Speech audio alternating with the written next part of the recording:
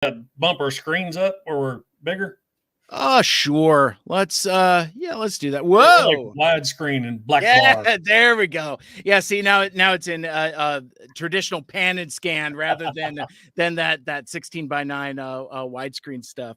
Well, welcome back to Mike Cyber Radio. I am your host, and as you can see, one of us is in the dark, one of us is in the light, but we're celebrating Friday the 13th with a very special live stream. And joining me right now on the Mike Cyber Radio podcast live stream, Patriot Prime himself. We're going to talk about Patriot Prime Reviews and Transformers and robots and Jason and all that other cool stuff. It is Jason Morgan. Thank you so much for taking the time to join us. Hey man, thank you for having me on. I'm looking forward to this because usually I'm the guy that's interviewing people, so now I don't have to worry about the controls and coming up with the questions. I'm going to sit back, relax, and let you just open fire. So exactly, and yeah, it's just having fun, lively conversations and celebrating friendship.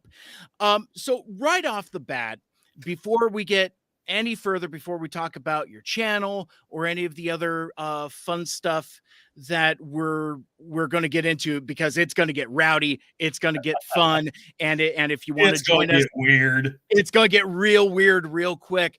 But not to somber up the mood or anything, but before we get any further, I want to take the time and thank you for your service. Thank you. I appreciate that.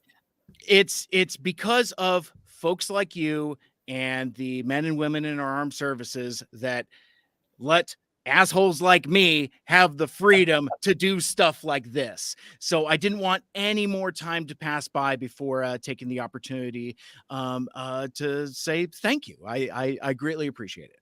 Well, thank you. I appreciate that. All right. So let's just that actually kind of sets the tone a little bit of who you are and who you are in this space, because I don't know a whole lot of combat veterans that are Transformers YouTubers. So I think you kind of occupy a unique corner of what can occasionally be a pretty crowded space.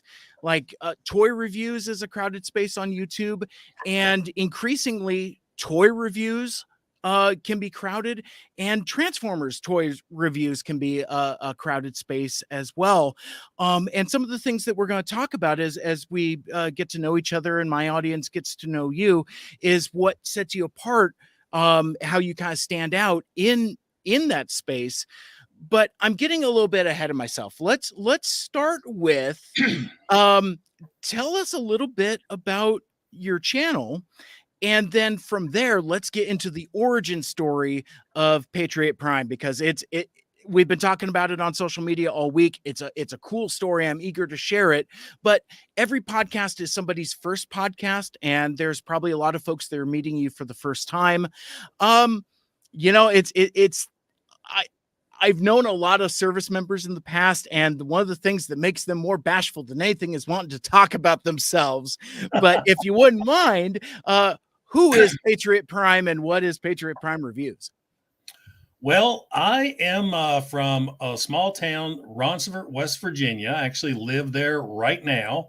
So I'm a lot of people miss it, got that West Virginia conception that how we are, but no, there's no wrong turn relations in this family anyway whatsoever. And Deliverance, I believe, took place in Kentucky. And I love that. So grew up here, went off to serve in the military, a U.S. Army veteran. After Iraq, I came back home and I bought my grandfather's old place. So I am now living where I kind of grew up and hung out in this small town. And it's one of those small towns where I'm in a rural area and you're like 5 miles up the road. That's where I've got Walmart and all your fast food places, and more or less the coolest small town in West Virginia that was voted a few years back. There's a luxury resort that I used to work at that we'll get into momentarily. So it's like I'm in the middle of nowhere, but not. So okay. I don't have that city life, and I'm not really into that whole farm area either. I've got a nice area where I live. It's great where my kids growing up, and it's home. I mean, out of all my siblings, I'm the only one that stayed here. I got a sister that went to North Carolina, brother that moved to Ohio, and I decided to stay home. Very cool. So that's kind of early life. Let's well, see, and I don't know what order I want to ask it, because I want to say like, well, why Transformers? But I guess so, since we're talking about like childhood passions, I guess, why Transformers? What was it about that grabbed your interest? I don't know. I mean, I'm trying to think. This, of course, I'm a G1er. I Sure. was there. I was there when it was first created back in the day. But growing up, man, I had all the figures some way or another. I remember having a couple He-Man figures. I remember having the G.I. Joe Mobat tank. And then when Transforming Robots came, I've always been a big robot fan. I've just been into robots as long as I can remember. And I still remember going into, excuse me, a department store, maybe a Rose's or a Hills, with my grandfather, and GoBots were all lined up. And the first transforming figure I ever bought was the GoBot Screwhead. Remember, he turned into a drill tank? Yep. Because every toy line had a drill tank in the 80s. Yeah. And so I had that. And then all these multiple figures started coming out. And with my meager $5 a week allowance, I would get a little figure here and there. And it wasn't until we went to they were just popping up video rental stores, went to one at our local mall, and they were playing the Ultimate Doom. They had this little kid area where you could sit and they had something playing. I'm watching that going, what is that? Because where I lived, I live in my grandfather's house that's in town. He got WGN. He had cable. Where I lived, we had an antenna that we turned a dial on top of the TV. And if it was raining, you got to pick up certain channels. The only cartoon I was able to watch was Saturday morning cartoons and He-Man in the afternoon. I never saw Transformers. That was cable. So we rented Ultimate Doom, and I immediately fell in love with those characters. And then, well, I'm going to backtrack a little further. Sure. Yeah. I'm getting ahead of myself, because my first experience with Transformers, that was the show. But the very first time I ever saw them was Marvel Comics issue number 3. Oh, yeah. I remember going into the drugstore with my dad. He was getting some medication. He said, pick out a comic, or 50 cents back then, 50 cents, 75. I'm like, 75 is hanging on the wall. And I remember grabbing that because of Spider-Man. Mm-hmm. It was just Spider-Man webbing up this robot. And I took that thing home and I read it over and over again. Like I said, this is issue 3. I have no idea who these characters are, where they came from, but I wanted to know more. And I think it was like a week or two later, that's when I saw the video cassette. And that's like, because the animation style, of course, was different in Marvel Comics. And of course, grabbing that VHS, renting that, watching it over and over again. And then I finally got my first Transformer that Christmas of '84. Mm-hmm. I got my first Transformer was at a church gift giveaway. I got Gears.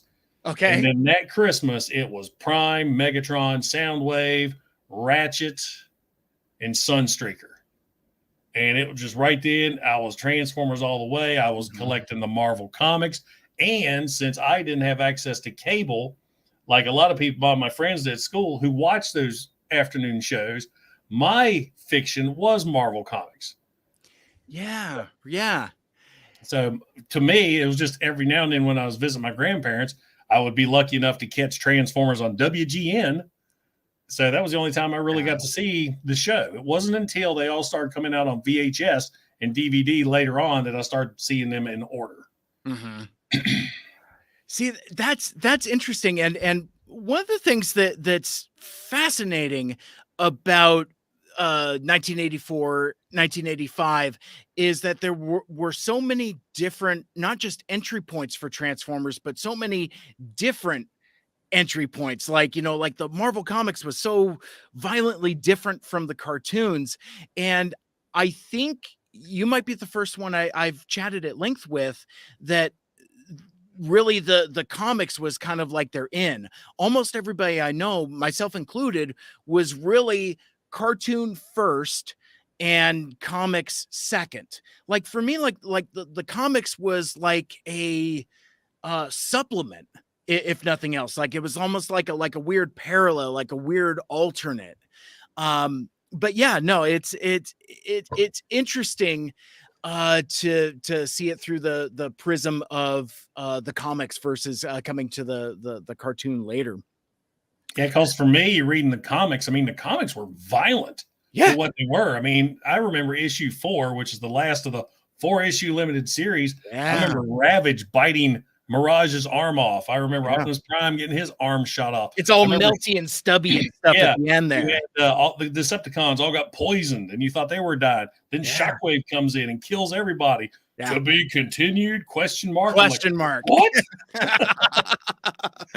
Oh man! And then of course that leads into the most iconic cover in Transformers comics history is number 5. You know, the Transformers are all dead, and they pay off that promise too, like that 2-page spread with like everybody just dangling. But what was bad about that issue? You had that glorious cover. And then you opened up and the artwork was like shit in the comics. There is that. But I remember I was out of town and we went somewhere and we stopped by another drugstore or grocery store. And I remember spinning the comic rack. You always went to the comic rack. And I flipped around. There was Transformers number 5. And I'm like, what? It's just interesting. So, you know, we all have childhood stories that are, you know, very similar to what we're talking about. What is it then that that made Transformers stick with you?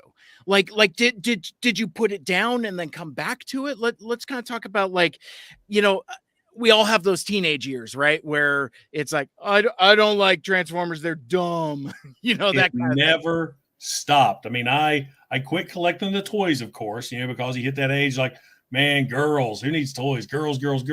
But I never stopped collecting the comics. I got those. I think they ended in 91.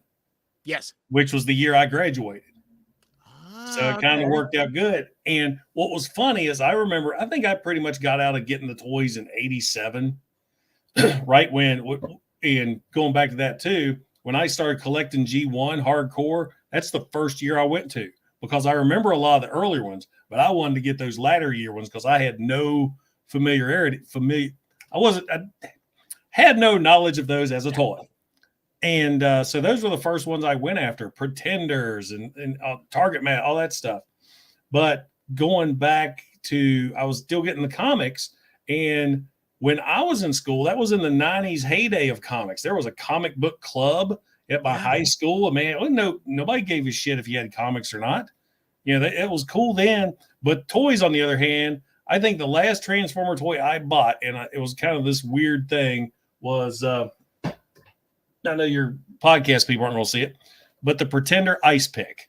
Oh, okay. The Monster Pretender Ice Pick. I remember I was going back to I worked at a Kroger grocery store, and beside Kroger was a department store with an arcade and toy section. I remember going through, and all those Pretender monsters were there. And I thought, well, that Ice Pick guy looks cool. It's only $5. And I remember being so embarrassed walking to the counter to buy that. And that, like I said, that was the last one I bought up until freaking Beast Wars Megatron.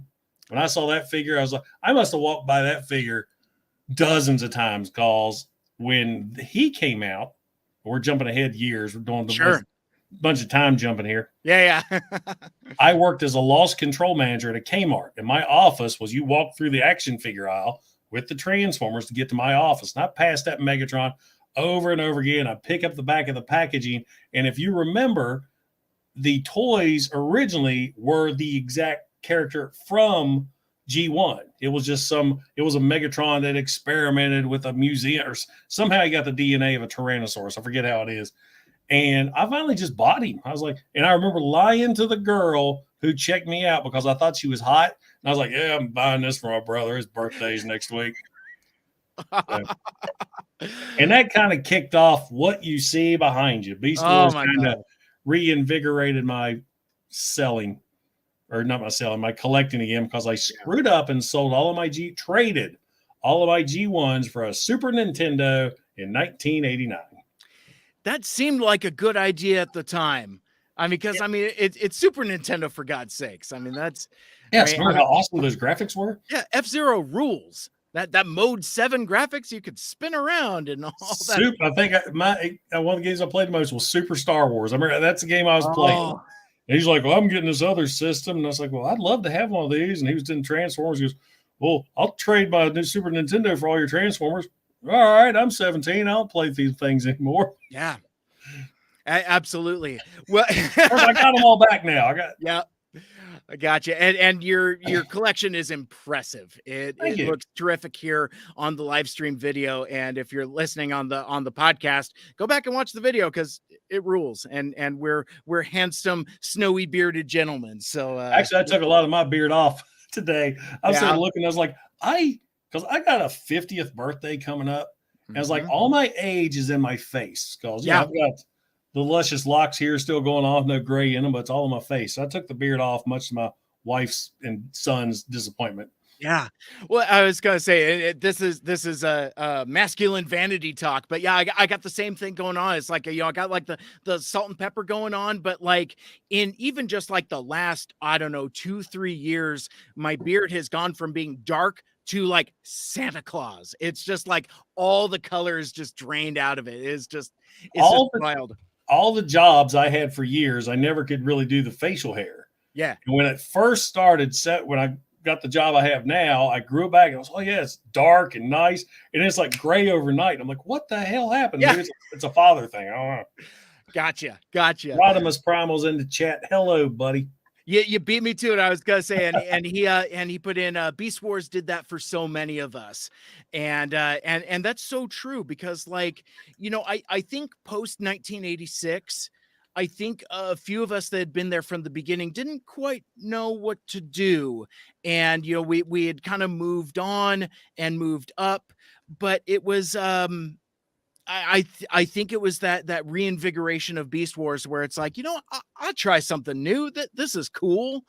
And so, yeah, it definitely reinvigorated things. Let's see who else is in the chat there too. Yeah. Raziel, RKR, our Canadian YouTuber. Oh, hell yeah. Well, welcome. Thanks for hanging out with us. And if you're watching on YouTube, you're welcome to join in the chat as well.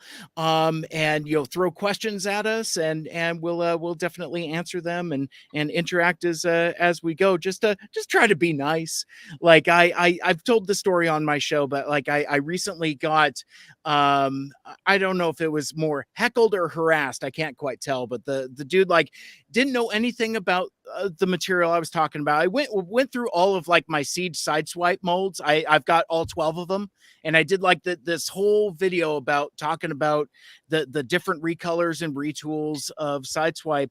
And this guy comes on my channel, and he's just like, "Oh, hey, look at you fatty piggy guy. Oh, Mr. Piggy." And he like, I blocked him, but then he popped up on like 3 different other Facebook profiles as well. It was like, it was a mess. And it almost kind of scared me off from doing streams for a while because I had never really dealt with that type of harassment before. It was really weird. And I know some. I have the stories for you later. Exactly. And I know we've got some stories coming up, but so actually, well, within that, let's kind of pivot a little bit so we're not burying the lead too much. So real quick before we go any further than 1986, another thing that was a first for me that didn't affect a lot of other Transformer fans, I didn't experience Transformers the movie in the theater.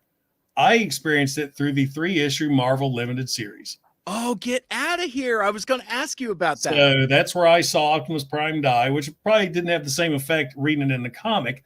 But the comic was based on the original screenplay, the script. For example, in the comic, Ultra Magnus was drawn and quartered. That didn't show in the movie. And they do it in the comics. When I finally saw the movie months later on VHS, I'm like, well, that's completely different than what I saw. Because, Grimlock was traveling with Cup and Hot Rod and all. It was weird. Interesting. So let's because I think chat's gonna start getting rowdy, which is great. We love that. But I kind of want to finish laying the track, as it were, for like some of the origin story stuff. So you you get out of the service, and you're what, still into Transformers at this point? Even in the military, because when I was overseas, that's when Rhino, I think, was first releasing the series on DVD. Yeah. And Amazon was gracious enough that they would send anything you order would go to APO boxes. They would ship stuff to us overseas. So I was getting the Rhino DVDs. The Dreamwave graphic novels were coming out. I was getting those sent to me. Okay. And I was getting packages all the time. And one day I was talking to the sergeant who was working the mail tent. I can't remember what we called that back then. And we got to talking Transformers. Like, oh, yeah, I love Transformers. And I just ran into so many other people that enjoyed them too. There was a dude that had a Unicron tattoo on his back. Whoa. Right? So I'm running into all these guys. And that's kind of like I told you earlier, where you think it's this nerd thing for kids, you grow out of it. You don't. These guys are my age. They're in the 30s when I was overseas. Mm-hmm. They're into this too. And the complete series of Beast Wars came out. And that's when I was able to finally watch Beast Wars from start to finish. And those Beast Wars DVDs went all around my living area. There was tons, probably about 24 artillery soldiers from my unit that are Beast Wars fans, because we all watch that show from beginning to end. We just passed the DVDs around, and it was awesome. And so when I got back from Iraq, had a few weeks, I think it took about 2 or 3 weeks off from my job. Mm-hmm. When I got back, I didn't want to do what I was doing. So lucked out, I got a job and took training and became a fitness instructor. I created my own classes, my own programs, all this stuff, man. Back early 2000, pretty much 2004, 2013, I was the best shape of my life. Yeah. Found out the wife was pregnant in 2013. The gym was a great job. It was a fun job. I had a blast doing it. You don't make money at a gym, not here in rural West Virginia. So I got a job at a resort down the road, big high-class resort, and they hired me as an assistant front desk manager. And I will tell you right now that the assistant front desk manager at a high-end resort was the worst job I ever had. Here's that job. This is going to war. I would take going back to war over the assistant front desk manager at a high-class resort, because I spent most of my job apologizing for stuff I didn't do and just sucking up to these people. Then, as luck would have it, the security force decided, hey, that guy would work better with our team than at the front desk. So I got hired on as one of these security officers at the casino at the resort. Oh, okay. Now, the casino officers, we were all ex-military, ex-law enforcement, and we bonded like that. Mm-hmm. And the entire team was a bunch of nerds. And they weren't in, I was the only one into the action figures, but we all were into PlayStation. Sure. And we worked night shift, and we're all military. So when we had nights off, any free time, we were on PlayStation playing games. And the one we played all the time was Rainbow Six Siege, that tactical shooter, because it was just our thing. I mean, we get into it and we just had blast. And we're talking years. I had that job for like 4 years. Same crew, and there was that same game nonstop. And one of the guys that we played with was big into, he got into Twitch. Sure. What's called Twitch was the live game. The live streaming. Yeah, where you play video games on. Comes the birth of Patriot Prime. All right. He sat there and goes, let's all form Twitch channels and let's play our games online. And I was like, no, because I can play good with you guys. When I start playing with these other people, I have this little 10-year-old kid from New York kicks my ass every time. I suck online unless, it's with us. And he says, well, you can tie in YouTube channels with it as well and get a following. And I looked at him and said, well, what the hell am I going to talk about on YouTube? And he says, well, you like them Transformer robots. Talk about them. So I dwelled on this for a couple nights. And like you said, there's so many Transformer reviewers and toy reviewers. And before I did this, I was watching them all the time because I was still collecting the figures and I'm still enjoying the reviews. Collector 75, my all-time favorite G1er reviewer. I don't know if you're familiar with him or not. He's from across the pond, and he was just went into those old G1 reviews, and he was just very entertaining for me. And every time I get a G1, that's who I'd look up. So I'm sitting there dwelling on this, thinking, that could be fun. It could be something else than what I do with these figures, because what I was doing, I'd buy a figure, take it out, transform it a couple times, goes on the shelf, never touch it again. Right. So now with YouTube, I can buy a figure, take it out, transform it a couple times, and then show it off. So I'm thinking, how do I do this? And this was when Titan's Return was out. Okay. And I had just ordered my very first upgrade kit for Titan's Return Overlord. And so what I'm doing, I'm watching YouTube going, nobody has reviewed this upgrade kit. I'm going to do that. So once I've laid the groundwork, I said, okay, that's what I'm going to do. That's what I'm going to review. I figured I'm going to use my phone as a camera, set up some kind of thing. I'm watching these other YouTubers trying to get some ideas. And then the hard part came, what am I going to call my channel? And I'm sitting there thinking, for years, I've had this gamer tag. It was actually my email address, was also my gamer tag. I always called myself Action Figure 73.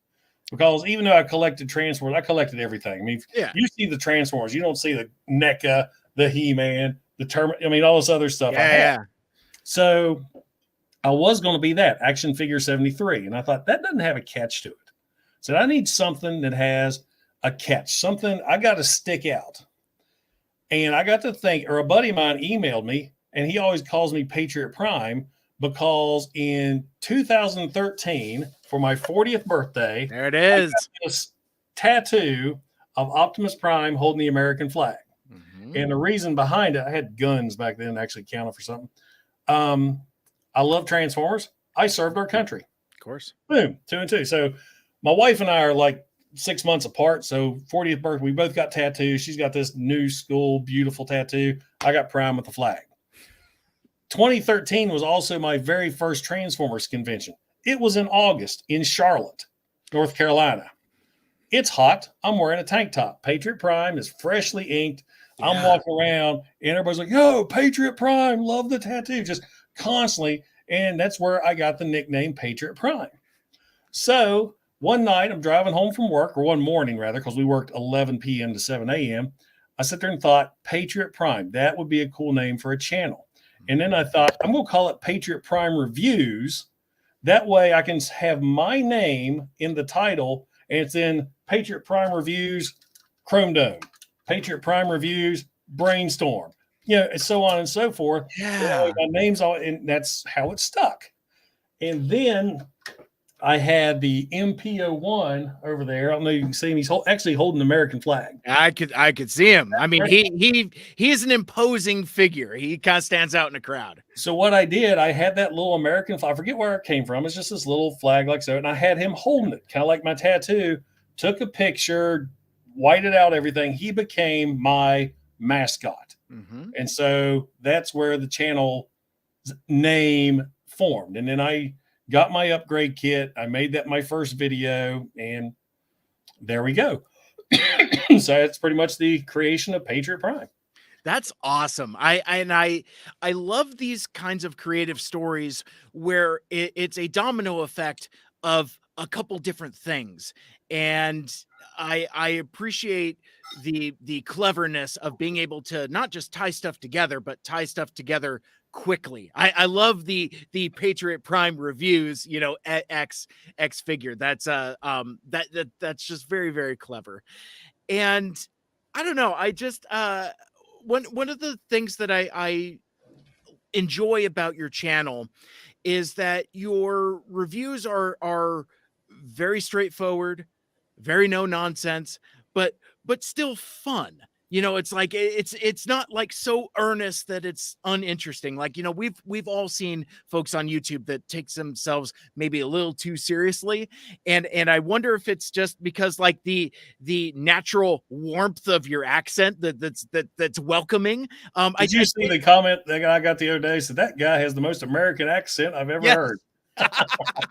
You sound exactly like how somebody named Patriot Prime ought to sound. It's a I don't know, it's a homey, I guess, for lack of a better term. It just feels Yeah, You, very you warm. would not believe how many people say, "Are you from Texas?" I was like, "No, No, that's a we're totally way different. off." Yeah, that's a different affectation for sure. But I guess like so like we talked about earlier, toy YouTube is a crowded space, and we'll talk about some of the challenges that you run into. But I think uh, what I think stands out or makes you stand out is one, your delivery and the way that you talk about the figures. But I also think though it's the type of stuff you review. Sure you do quick looks at figures, but it seems like upgrade kits, and especially your partnership with Toy Hacks and sticker sets, and that I think kind of is some of the things that kind of make you unique and set you apart in this kind of crowded space. Would that be fair to say? True. And when I started, after I got that upgrade kit, the first couple videos I did, I talked about subgroups. I think Mm, my next video was pretenders, and then I talked about the Sparkabots and Firecons, and I kept sticking to G1 because everybody at that time, every Transformer reviewer was reviewing Titan's Return. That was the new figures. And in my mind, nobody's going to watch me. They're not going to find me because everybody else is doing Titan's Return. Nobody was doing G1. mhm. And I was like, I have a ton of G1 back there. So I was just randomly picking stuff. I mean, there was no rhyme or reason what figure I pick. I just look in. I haven't touched that figure for a while. Let's talk about him. I haven't done that one for a while. Let's talk about him. Yeah. And since day one, my G1 reviews, I've stuck to the same format. You're going to have me talking about the figure, when he was released, his brief history of the cartoon, his brief history in U.S. Marvel Comics. I've Mhm. read a lot of the U.K., but I'm not as well versed in them. And then I'm going to get into the figure.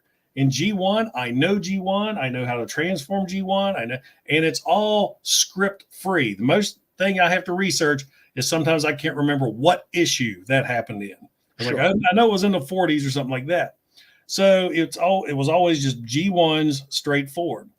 And I remember it was either on Facebook or something, because that's when I started joining groups, because that's the only way as a new tuber you could get your stuff out there. You had to share it on Facebook. Mhm. And I think it was probably about 6 or 7 months into what I was doing. I'm average about 100, 200 subscribe. It's nothing major. And one of my Facebook friends says, "How come do you collect the new figures?" I'm like, "Oh yeah, I just got a few today." And he says, "Why don't you review those?" And I told him, I said, "Everybody's reviewing those." Yeah. I said, "Nobody's going to watch me review those figures." And what he said stuck with me. He says, "They're not watching your channel for the figure. They're watching it for you." Mhm. And that kicked off my new reviews. And I started doing the new figures, I think, when Siege started. Okay. Gotcha. Good stuff. And it's interesting you bring up the point. Like I think we as audience members gravitate to personalities that we like. Like you said, it's I think Transformers YouTube, and I don't want to stick my neck out too far, but like I feel like it's kind of two things. One, the arms race to be first, which as a creator, you either decide if you're going to play that game or not, or you're there for your audience who is there for your personality. Well, see, there's a couple things you learn quick, because when I started doing this and I actually saw my subscriber count starting to, I mean, I shot up overnight. I wish I could Yeah. tell you what happened, why it happened, but I shot up really quick. And there for a while, I was buying figures just to review. Don't do that, because there's so much stuff that I bought that I'm like, I didn't want that. I said, Right. I didn't like it. I'm stuck with it. Then you sell it for nowhere near what you were going to get it for. And I just quit doing that. I mean, sometimes I see something cool, I'm going to buy, and you realize I'm spending a lot of money on stuff that I don't want. It's like I'm thinking I gotta need it for the video, and then some of the things you get, you never know with YouTube. I'll get some great figure that in my mind Everybody's going to watch that. No, they're not. Nobody watched anything like that. And then, I done lost my train of thought. That happens quite often at my age. I feel you. We were talking a little bit about the race to be first. Yep. You want that. You're on there looking, how can I get this figure first? And then it dawns on me, I can't compete. Plain and simple. I luck out. I pre-order everything from Amazon. And it's so funny. There's sometimes I'm on Facebook and I'll say, hey, look, I got all Legacy Wave 1 just showed up, or what's available now. And I got people, where'd you get that? How'd you do that? And I'm like, I pre-ordered. Anybody can do it. That's okay. Don't be fussing at me because you didn't. Right. I said, there's no special. Amazon doesn't send these to me. I pre-ordered these. And my trick is Amazon doesn't take the money up front. You pre-order it, you put your card in, and then with gas prices anymore, I go to Kroger and I'll buy an Amazon card because there's always 4 times the gas points. Get a $25 card, put that card on my Amazon account, put it toward my pre-order, and then I have extra points for my gas. And with the pre-orders too, I also have a wife, the son, and I have a full-time job. Some of these YouTubers, I've got friends of mine, they work from home. They get new figures. They can sit down, bam, bam, bam, knock these reviews out. I have to wait till the weekend. I know every one of my friends who's got these Legacy figures, they got the reviews out. Right. I used to be like, man, I can't, I'm way behind. Now I'm like, I'll get it when I get it. I'm not busting my tail. And my viewers who like my stuff also watch my friends too, but they'll still hop over to see my take. And one of the things I quit doing, couple years ago, a lot of good friends on YouTube, I will not watch their reviews until after I do mine. Okay. That way, even nobody can say, oh, you copied what he said. You did what he said. If I did, it's coincidence. I want to be surprised too. Mm-hmm. So, I feel like it's more honest. Yeah, absolutely. And I think that's what your fans expect from you, is that authenticity and that honesty. And speaking of authenticity and honesty, let's I want to wade into controversy a little bit. I haven't really said anything provocative or controversial yet, but being a part of the YouTube toy review community, I would like to pick your brain on how you feel about leaks. Because, one of the things that we talked about a moment ago is that kind of race to be first.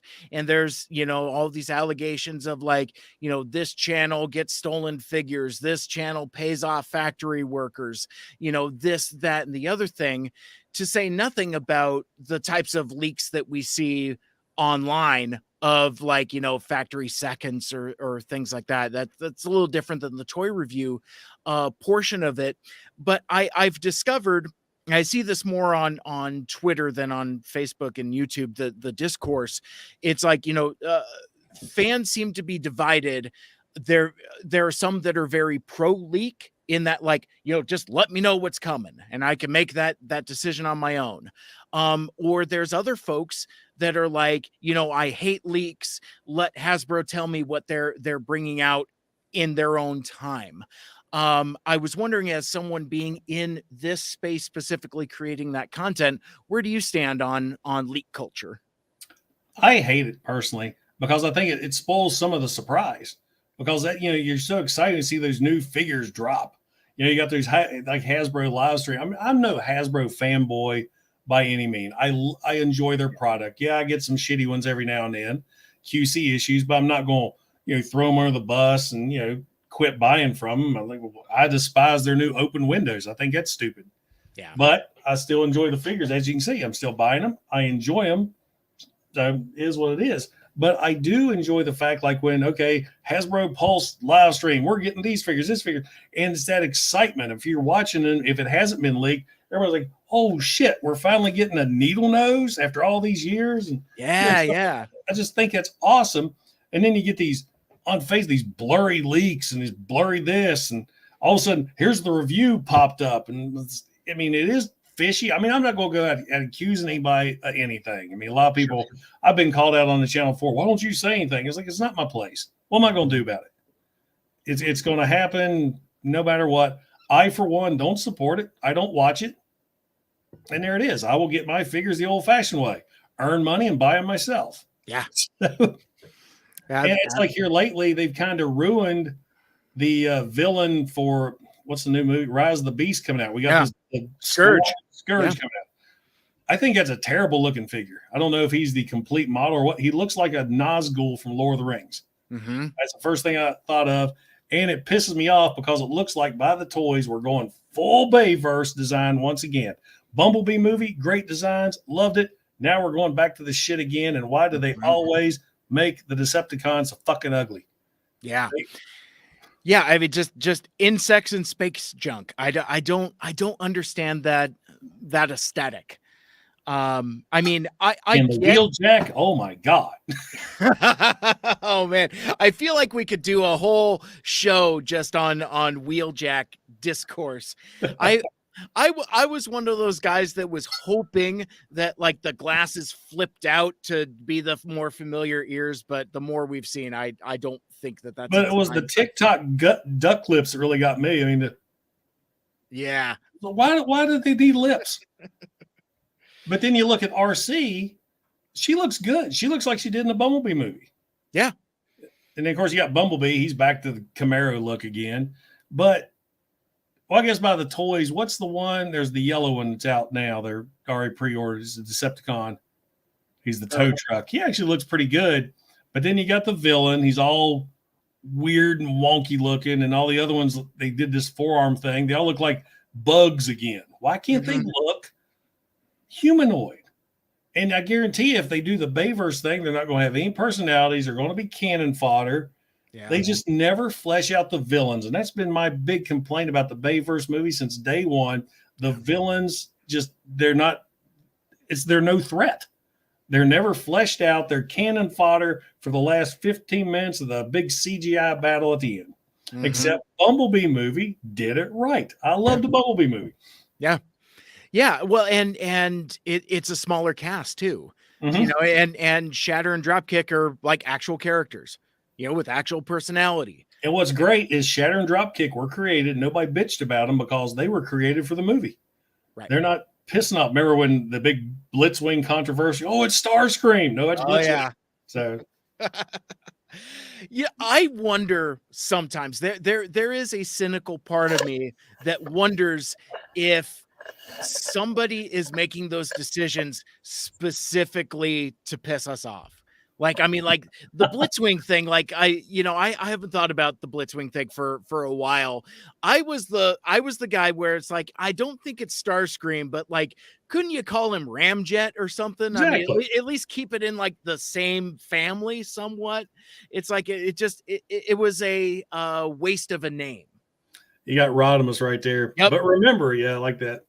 If you don't like those insects and garbage tinfoil, you're labeled as old G1er and treated like crap. And that's absolutely. I embrace it. I'm an old G1er. But what's funny is I'll get those comments. Like I reviewed Legacy Transmetal Megatron, my number 2 figure of the year. That was a great figure. There were so many people in the comments going, "It's so great to see a G1er like yourself appreciating Beast Wars figures." I'm like, I'm a Transformers fan first and foremost. Yeah. I grew up with G1. I appreciate G1. G1 is where it all came from. But I love all these figures. Yeah, I prefer the G1 versions. I mean, I like Needle Nose more than I probably like Hot Shot here. I remember I tried when Armada came out. And did you have the first Armada Hot Shot? He was like a rescue bot. No. He was chunky, play schoolish. But yeah, I'm excited to get these. I mean, I got the Optimus Leo Prime. I have no clue, no history of this figure whatsoever, other than I've seen him on the internet, but I had to get this figure. So, like I said, I love Transformers. I'm going to collect Transformers, but I still appreciate G1 more.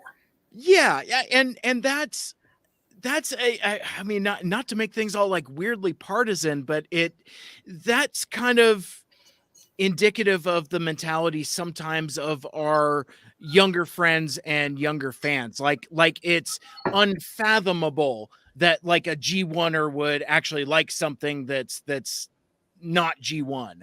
And it's not always black and white. It's not always binary. It's not like, well, if I love this, then I must hate that. Exactly. that I don't know. I think that we as a society are so divided on so many things. And I know we are a tribal people, but I think because, you know, it's like you're Coke or Pepsi. I mean, I don't know a whole lot of folks that like Coke and Pepsi. So maybe my analogy is starting to fall apart, but it just Mountain Dew or Mellow Yeller. See, ironically enough, I like both Mountain Dew and Mellow Yellow because I had to quit drinking it. This is water. What Yeah. used to be on my shows, they always could. I'd always have a Mike's Hard Lemonade or something. Spring water in my whatever the hell this thing's called. It was a gift. Yeti cup. I gotcha. Oh, I do have a kind of the inside joke for the last couple of weeks. I have a metal straw now, so I can bang on my fingers to tell if they're good quality or not. Plastic quality. I had no idea what the hell that was about, and I had to look it up. And I remember looking it up. I know I had this face. Oh my gosh. And again, that's what we were talking about earlier. It's like, you know, that race to be first. And I wonder if I don't want to give this person any more space or credence than they deserve. But I wonder if sometimes that stuff is deliberate to deliberately create a meme. You know, it's like it kind of reminds me, mixing metaphors a lot, but it reminds me of like this discourse surrounding this Velma show that's going on HBO Max, and I think that some of it is like manufactured outrage or specifically to get people to talk about it. If that makes any sense, it's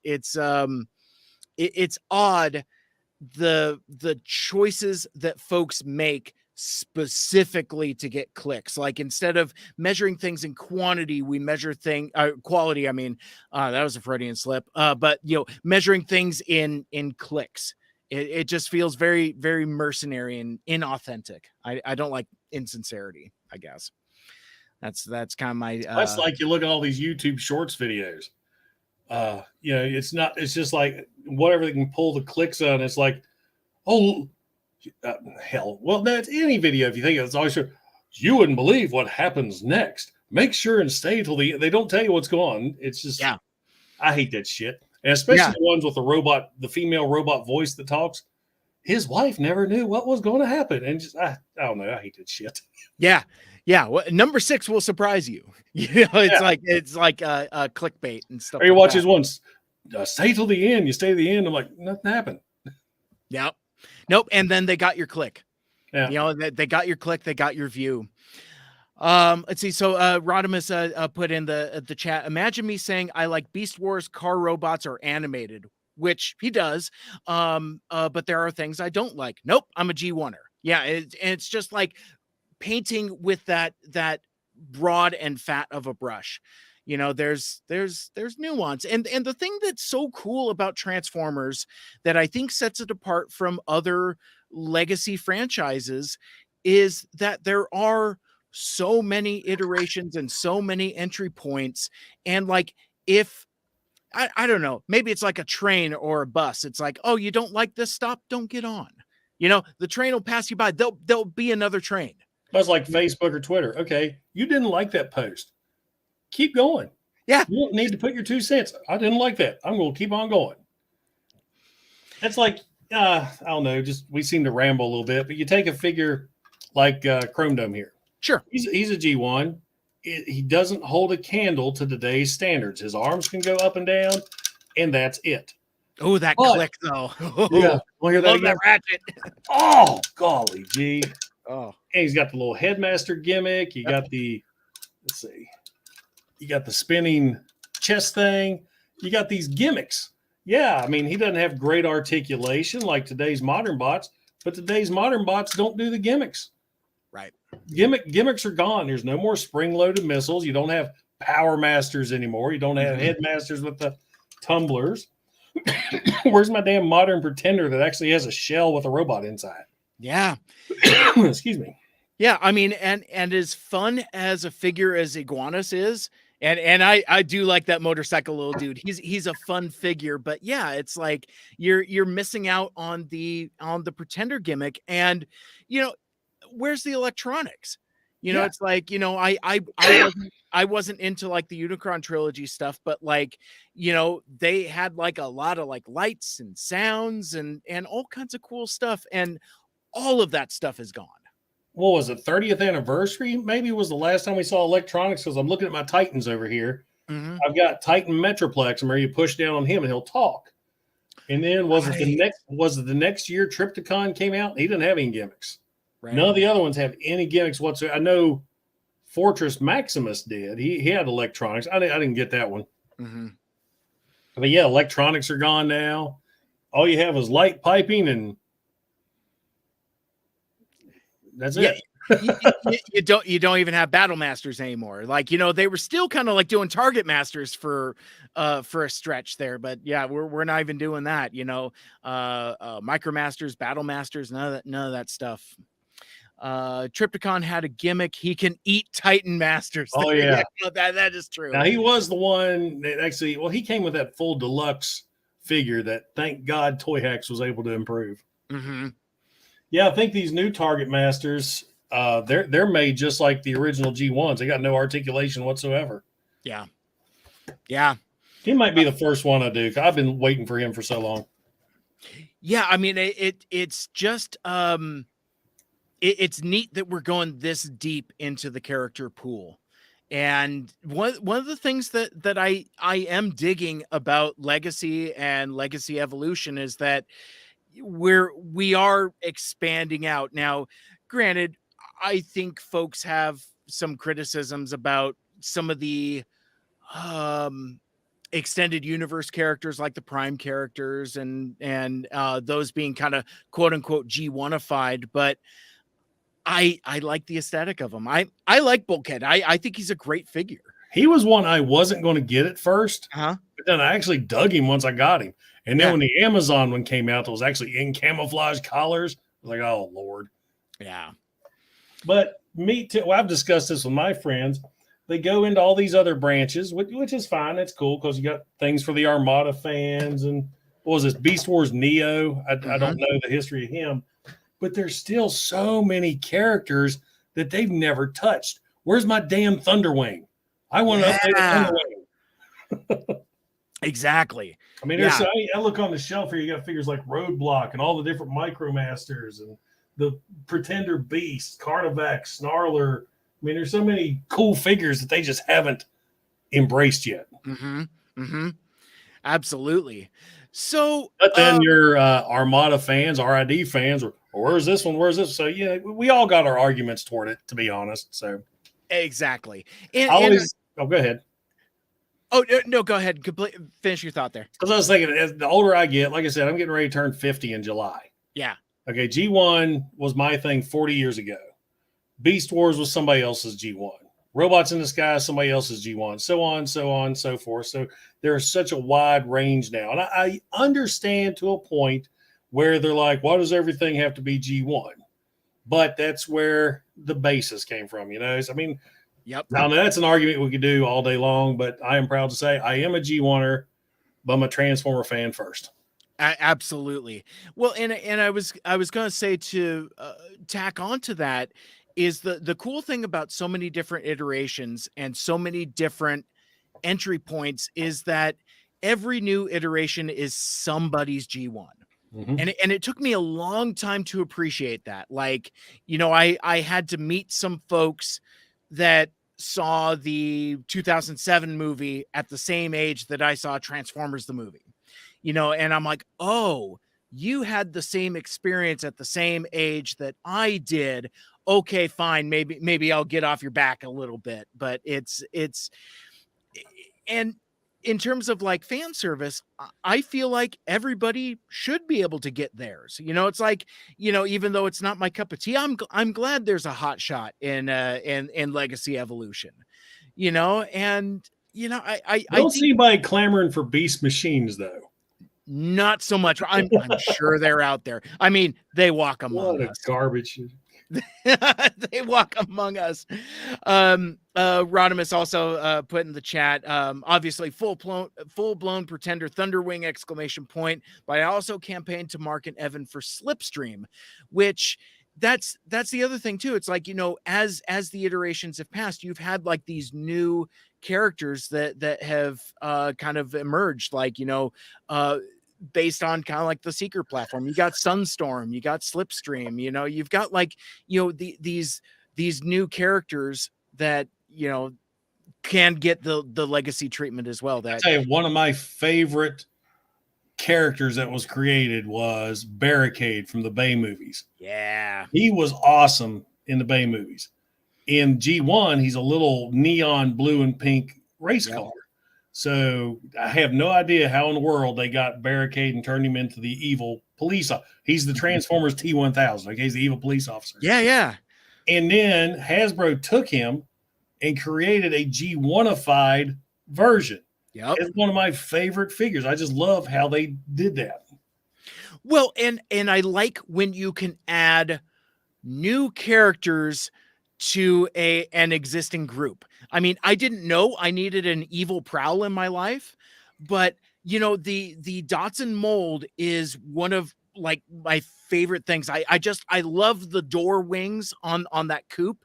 And it's like, and there's something very specific about our generation of Transformers fans where you're walking around and you would see a Datsun Z car and it'd be like, oh my gosh, that's Prowl, that's Blue Streak. So to, have the opportunity to get a new character with that same design aesthetic is so cool. And yeah, who doesn't like an evil cop car? I mean, come on. And now think about another traumatic experience from Marvel G1. Remember issue 10 where Optimus Prime has the brainwashed head and all the Decepticons attack? You turn the page, that full-blown shot of Prowl taking on all the Decepticons. His arm is shredded. Yeah. Oh, yes, for kids. Yeah, absolutely. And there is so much of that weirdly violent imagery that sticks. Like, we talked about issue 4 earlier where like Prime's arm is like half melted. I'm thinking about when's the last time I read that, but I remember it. Yeah. I remember. I remember turning that page. And they drew it to look, it was a robot, but they drew it to look gross. Yeah. Well, Megatron getting half his face ripped off by the Predacons, him and Ratchet getting fused. There was some traumatic shit in G1 Marvel. Oh yeah. Battle of Devastation. That's right. See, I told you, I always have to look up the issues. Yep. And we were doing the same thing too. We got the story right, but the issue wrong. Yes. We stand corrected. Absolutely. The smelting pool when he pulls his buddy out and he's half melted. Yeah. Or even the scraplets. Yeah. Look at how like traumatic that was. And it's sure, in the cartoon you had cosmic rust, but really nothing on the level of gore that you saw in the comics. Iconic stuff. Really, talk about traumatic. It's just crazy. So from here, let's so I have a list of Transformers fandom asks questions. I'm going to run through some of these just kind of rapid fire, just kind of like I know we've been going for almost an hour, but that's typical for the way our streams go. Yeah, and I feel like Rodimus? Well, and I get the feeling like you're probably going to need to be the one that taps out and says like, okay, buddy, it's not Friday the 13th anymore. It's now the 14th. And I got kids, dude. We got an hour to still get some Friday the 13th in. So be good. That is true. So yeah, so let's I just want to run through some of these. We talked about, you already talked about what your first experience with Transformers was. We talked about the Marvel comics. I forget when you were talking about your experience with the show. What was the first episode you watched? Ultimate Doom. That's right. That was on me. I know you had said it, but I had forgotten what it was. That's the one that confused me because you got Dr. Arkeville in that show. And then, okay, you never saw him again. He just shows up in that episode. Yep. And he shows up in the I forget the name of it, where he gets turned into more of a cyborg, and then he's just gone. I was like, where the hell did that guy come from? But yeah. Yeah. And you talk about a character that had potential to come back, and they just never did. I wonder if any of our fan fiction friends have done anything with him further than that. So yeah, so like, okay, I like this one. Oh my God. I just realized. What you got? Earth Spark. That dude, the human with the robot, that's their Dr. Arkerville. They're spinning off on that.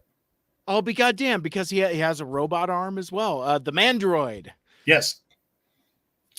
A name stolen from a 90s sci-fi movie. Yes. Yeah, John Exterminators, Mandroid. remember? Eliminators. Yeah. Early Denise Crosby vehicle. You got to see some side boob. I was gonna say she has a damp t-shirt in that movie, and but I remember that movie very vividly, because like the visual of this cyborg dude on tank treads. Yep. And like the laser eye and the robot arm, for some reason that really imprinted on my imagination. A buddy of mine got found it on Blu-ray, and it's in a 2-pack with I think it's a Shout Factory, but it's in a 2-pack with Dungeon Master, Dragon Master, something like that. Some shitty low rent B movie, but that Blu-ray actually looks pretty sharp and pretty clean. And yeah, that side boob is in crystal clarity. Rewind. Yeah, no doubt. But it's and it's weird though, because like you go back and watch the movie and you realize that it had to have been uncomfortable for the actor, because basically the actor is just laying down on the tank treads, the sled essentially, and he's just pushing himself up like he's Ariel the Little Mermaid. Yeah, it does not look comfortable at all, but like it looked so awesome. You know, when I was a kid, I was just like, yeah, the freaking Mandroid. But yeah, it's crazy on that. So yeah, see how this show derails. When in a million years would you think a show about Transformers and Friday the 13th would lead into the Eliminators from 1990 whatever? Talking about Mandroid. Good stuff. So I think some of these questions will be more obvious than others, but Autobots or Decepticons? And Decepticons. Wow. Really? See, that is not what I would have expected. Think about it. Every 80s cartoon you always watch, who had the cooler vehicles? Who had the cooler weapons? Who had the coolest base? I'm a military guy. I grew up in a military family. Decepticons, guns, tanks, jets, Autobots, cars and trucks. Of course. My gosh, how short-sighted of me. My perspective on that was always, bad guys have more fun and they're usually better dressed. It's like bad guys are always sharp looking. Yeah. Who is your favorite Autobot?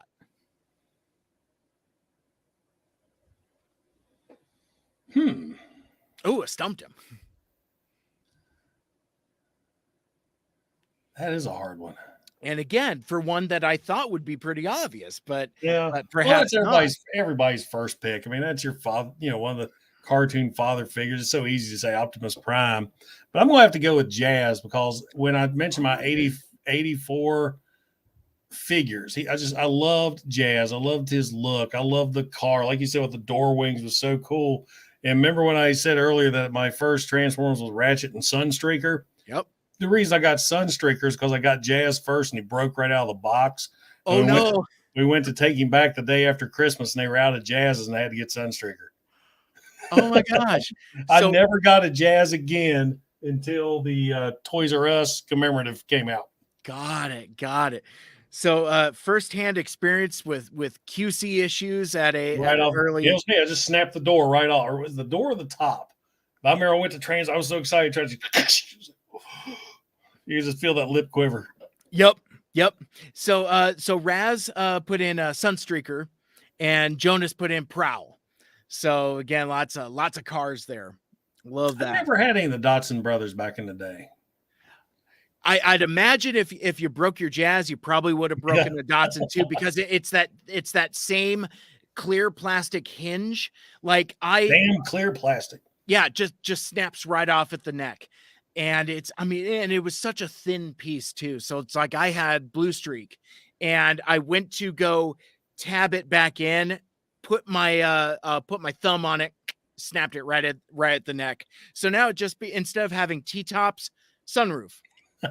Basically. So let's see. So let's flip the faction symbol the other direction. Who's your favorite Decepticon? Megatron. Always loved Megatron. Megatron's just so cool. Thing it always ticked me off in that's one thing where I like G1 cartoon more than Marvel is they showcase Megatron a lot more. Megatron was always in the limelight. He was a villain. I mean, he turned into a gun. It's kind of goofy you think about now. It's like Darth Vader turning into his own lightsaber for somebody else to use him. Mm-hmm. But it was so cool back in the day. And I'm not one of these ones that argue Megatron should always be a gun because I love the fact he's a tank now. It makes sense. Yeah. But I just always loved the character. Marvel Comics killed him off early, which led into some great other Decepticon leaders.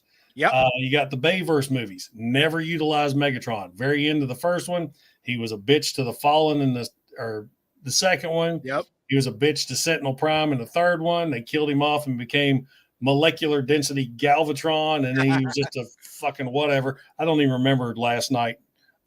So, yeah, I always liked Megatron. I thought he was so cool. I love it. I love it. As you can see, here's a signed poster Megatron back here. Oh, very cool. I love it. And well, and the thing also, I mean, getting back to G1 Megatron for a sec, like, yeah, the gun mode is kind of weird and goofy, but the thing that I appreciated about it is that it gave him the opportunity to interact with other characters. Mm-hmm. So, like, he was the first Target Master. Technically, yeah, he exactly. Well, it's funny, when I was a kid, not only was I used Megatron a lot, when I did my Autobot Decepticon battles, but when I was playing Gun or James Bond, Transform Megatron, there's my toy gun for playing around. Yep. Back when you could play with toy guns and be okay with it. And he was a halfway okay gun too. Like he was really good. Pretty Yep. All that die cast in there. Anytime somebody comes up here to my office, well, the first things I show them is I transform Megatron because I'm always like, this is one you're never going to see again. Right. Because I'll guarantee we'll never see another gun Megatron again. I know, Rodimus. I was just making a joke. Let's see. So I like this question. If you were a Transformer, if Patriot Prime himself was a Transformer, what would your alt mode be and why? A howitzer. We don't have any howitzer Transformers. My military career started off as a howitzer in a field artillery position. And I think they're cool. I mean, unlike a tank, a howitzer has to lock itself into position to fire. So what you would have is some massive bot that's big and slow but very powerful, like me. So I love it. That's and a side tangent, because there are a lot of brands and IP that's connected to Transformers either tangentially or not. Are you a G.I. Joe guy? In a way. I mean, I've got all the episodes on DVD and I have all the graphic novels of the Marvel comic series. I never collected the figures, but my brother did. He is a G.I. Joe fanatic out the wazoo. He's like me, but with G.I. Joes. Okay. I gotcha. Because it was kind of interesting because like I know folks who have served that are really into G.I. Joe. And I've talked to just as many that's like, yeah, no, that's a cartoon, and are just like put off by like the whole notion of a superhero aesthetic military action force, which is odd. But I will argue to this day that G.I. Joe the movie has the best animated intro of any movie ever made. Yeah, I will gladly co-sign that. I've had Transform. Oh, you're a Transformer fan. I was like, yes, but that's still the best. I mean, that's a whole story right there with an amazing song that for some reason they never made without the sound effects in it. You cannot find that song without all the sound effects in it. Oh, I've tried. I think I've got one. I'll see if I can send you a link. Because I know you can get the instrumental version. Oh, that's what I'm thinking. I'm talking about the one with the singing without all the explosions and stuff. Uh-huh. I don't think they got one. I don't think so. I think you're right. Because yeah, you can find an instrumental version of the music, because like I used that in my Toy Hacks Gartan review. I dimmed it down. I said, they're going to bust. I'm going to get copyright on this, but I never did. So that's awesome. I love that. And it's so it's catchy. I love that version of the song too. It's great. But and yeah, it's shot so well. It's not shot well. It's animated so well with the you're looking up and there comes the paratroopers and the camera lens. He's punching it. So I love it. Yeah, I mean, I've said in a number of different places, for me, that intro is the finest distillation of everything that's awesome about G.I. Joe in one brief animated sequence, because it, as you said, it gives you a complete story, but it also gives all of the characters something to do. And the action is just so kinetic. Like, it's like you go from like, Alpine to Snake Eyes, to the action on the ground with Bazooka. He trips over, he shoots the rocket, it blows Shipwreck's hat off, and it downs the Moray boats. And it's just I love that kinetic energy where like everything is sequential and like connects back to everything. And then you go from that intro into the movie and it's Cobra Law and all this weird shit. Yeah. I was going to say, and then the movie starts. That's like what other movie? Ghost Ship. Ghost Ship. Sure. One of the best intros ever. Horror movie. And then the rest of the movie sucks. Yep. Yeah. 100% agree. So like they put out a Fathom event screening of G.I. Joe the movie last year, and I went with a buddy of mine, and he hadn't seen the movie for a while. I hadn't seen the movie for a while, but he remembered the opening.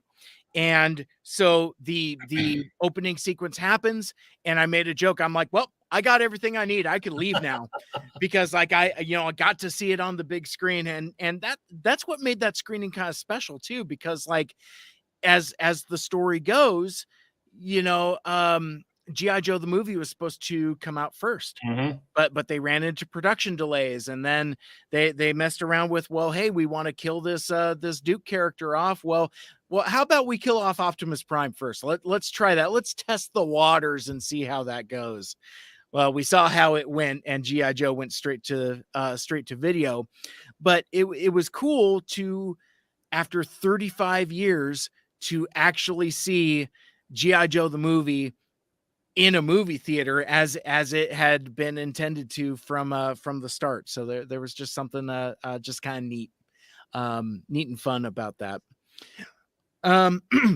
Excuse me. Let's see. So, okay. All right. I like to wade into controversy and kind of shake the cages here. Frenzy, red or blue? Frenzy, he's red. He's red all day. Cool. He can't be any redder. I like it. And I think we kind of addressed this a little bit earlier when we were kind of talking about iterations of the Transformers. But what is, if you were to nail it down to like one iteration of the Transformers, be it a show, a game, comics, what's your favorite Transformers?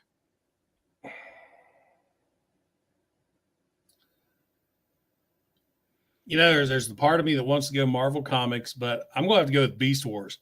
That is the best story. You go with the cartoon. That is the best Transformers story. Once you get past, when Beast Wars was first created, it was created for kids. Yeah, of course. By people who didn't know a thing about Transformers. And as they researched it and they realized who was watching that, and they started tying in all of these characters into G1, and the fact that they used a small cast, you got to know the characters, you got to know their personalities, and the way that story built up until what is a really good finale for that series. It just worked great. And I consider Beast Wars part of G1 because really it is. Mm-hmm. I mean, one of my favorite episodes I actually watched not too long ago because I wanted to refresh myself for my Transmetal Megatron review was how cool is it that the story that they, like when Megatron took other Megatron's spark and it infused in him to turn him into that dragon. It's just, it's neat. I mean, that's Beast Wars is where we got the story of the sparks and protoforms. And it was neat how they tied it up, even though it was so weird at first. And then they're like, oh, wait, because they land on this weird planet with 2 moons, it's just some other world. And then you realize, okay, it's Earth. That planet was a superstructure. That was it. And I don't know. I love the storylines of that, especially once you got to watch it in order and how it worked. Once you get past the first half of season 1, it gets really good. Mm-hmm. Absolutely. And it takes a few to get its footing, and for the audience to get used to it, I think is the most accurate. Of the movies, which you can include or exclude as much as you like, what's your favorite? Bumblebee. Let's see. We have Dark of the Moon close second, but Bumblebee I thought nailed it. I was one of those ones I didn't want to watch a Bumblebee movie. I'm sick of Bumblebee. They've overdone Bumblebee, but they nailed that movie. I thought it was really good. And that opening scene, like you said, the opening scene of G.I. Joe, opening scene of Bumblebee just gives you chills every time. Yeah, very, very similar energy. You're absolutely right. Raz brought up a really good point here in chat. I think the small cast aspect of Beast Wars really made it more personal. Didn't have the quote unquote guest of the week type of gimmick, so it made it more made for more profound storytelling. It got my attention. And I mean, I mentioned the personalities the characters had. You beat me too. I was gonna say, and you get that with a smaller cast, and again, that's why that Bumblebee movie works, because it is an intentionally small cast, and that's where some of the other Bayformer movies kind of misstep, because the cast is too damn big. Nobody has a personality. And I was just absolutely floored in Bumblebee 2 when Dropkick shot the human. As soon as they land, he just pointed a gun and shot him. Oh, wow, I like the way they popped. Just to show these guys are true villains. All the other movies you saw before, there was lots of explosions or stuff, nothing. But this was up close and personal. Hey, there's a human. Just he didn't care. I want to see what this guy does when I shoot him. Exactly. Which you would think if you're a higher level organism like that, you would do that. It's like playing with insects, just to see what they do. Favorite Transformers figure. What's of all of your figures, do you have a favorite? There's so many to choose from, but one of my ones I always go to because I love the way he was designed was G1 Thunderwing. Yeah, because he's a pretender. Everybody gives the Pretenders so much shit, and yet when Hasbro is trying to add so many gimmicks, Thunderwing just works so good. Mm-hmm. He's not a great Transformers figure. I mean, he's G1. His arms can do this, and that's it. Yep. But he's got a great jet mode that combines with the smaller figure to just make an awesome jet. I mean, it's pretty big. It's about yay big. And plus, he had that great personality in Marvel Comics, which, of course, why his figure is so expensive right now. Oh, yeah. That whole Matrix Quest arc. I mean, just chef's kiss. I mean, it's interesting. Like, we talked about kind of like the early run of Marvel Comics. How about the latter run also? I mean, that's like, they feel like the stories are written like they got nothing to lose. Mm-hmm. And they're written they know their audience has grown up. They started, their audience was in elementary school. Now they're in high school. Yeah. And the stakes you just think about issue 75 when Unicron hit. Mm-hmm. Any other thing, you like or the movie, Unicron attacked Cybertron as the planet. Mm-hmm. Or no, it was the same thing, but Unicron. Yeah. I mean, he gobbled up the moon bases first, right. but still. But in Marvel, he just shows up as the robot right off the bat. Yeah. And I was researching for my Brainstorm review. Actually, a subscriber sent me a complete G1 Brainstorm. Wow. And I was researching. Do you remember Brainstorm was the first one to die in Marvel Comics when Unicron attacked, because Unicron scoops down and gets Brainstorm on the tip of his nail and just kind of looking at him. So this is Primus's soldiers tasty. Oh, and R.I.P. Brainstorm. That dude occasionally can't catch a break. So in the realm of toys, I mean, obviously you have the extensive collection behind you. If you were to guess, ballpark it, how many figures do you think you have?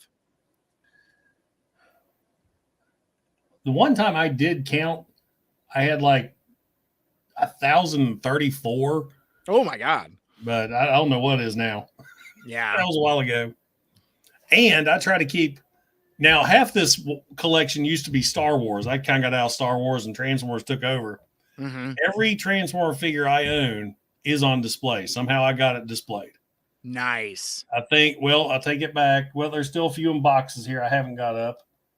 There's lots of boxes. I understand. My viewers never see this area. They see what's behind me. Yeah.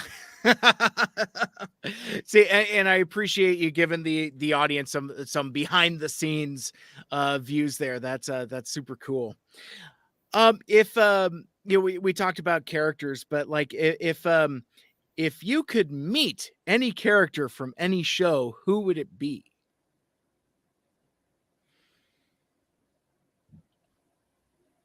Any character from any show. Yeah. Oh my God, it's a lot of shows. There's a lot of characters. Like, who would be cool to have a beer with? I guess. Yeah. He's no fancy character, but Mike would be cool to hang with. Mythbusters, they'd be cool to hang out with. Man. That's a good one. Good Lord. Yeah, that's Michael Knight, he'd be cool to hang out with. Oh, hell yeah. You take you into a shadowy world that is not our own. Too funny. Man. James Bond.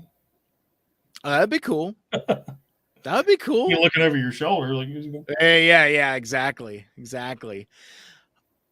God, that's a hard question. Yeah, because it's almost too broad. Yeah, I almost need to narrow it down. But you look how many characters, especially back when we grew up in the 80s, how many characters we had just bombarding us. I mean, immediately, as soon as I think of 80s, Magnum PI, the A-Team, Airwolf, Hunter, I mean, just all these, just grew up with these guys. Mm-hmm. I look back in the 90s, all I'm thinking is sitcoms. That's all all I remember the 90s from. Right. Let's see a few more of these, and then that I definitely want to talk about some Jason, because we haven't even touched that yet. But true, we got a half hour. We got beat feet. So real quick, all right. Favorite combiner team? Stunticons. I like that. That's a dark horse pick. Most folks pick Constructicons. I don't know if it's just because they was the OG or what, but I just something about Stunticons because they were the first, as far as I remember, vehicle car Decepticons. Mm-hmm. And just the way they portrayed Motor Master, he's this big rig against Optimus Prime, and I'll never forget how disappointed I was when I got the toy. You remember in the show where they butted heads, and then you get the toy, and you're like, wait a minute. So we talked about favorites earlier. Let's flip it the other side. Who's your least favorite Autobot, and who's your least favorite Decepticon? My least favorite, the one I only bought it so I could complete 86, Wheelie. I just despise that figure. He's the only one in my whole collection of mainline figures that's in car mode, because I think his robot mode sucks so much. It's so bad. It's terrible. And on the Decepticon side,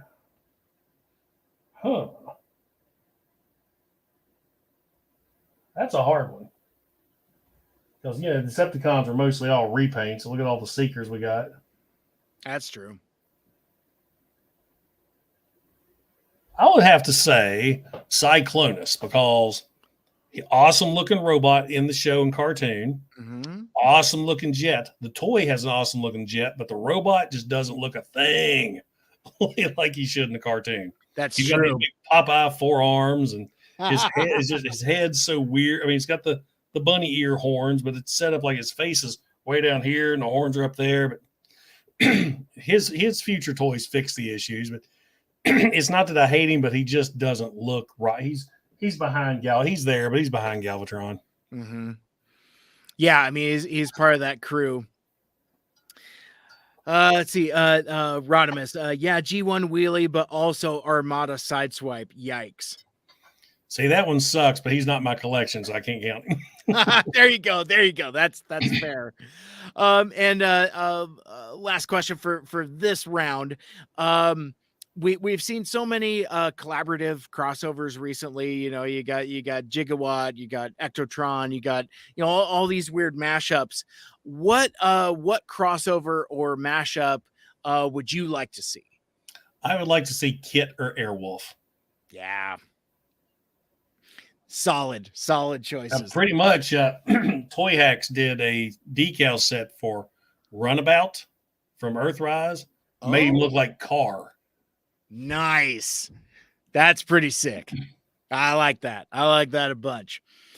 So let's put Transformers fandom aside for just a hot sec. I'm sure we'll come back because I didn't want to miss the reason for the season.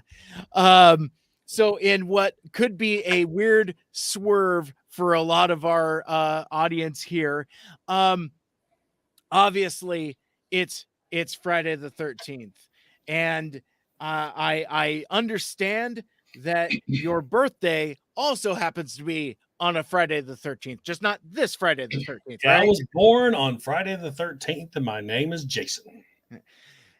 It's his birthday. His name is Jason. I don't think that's the line, but Mommy. Yeah. So good.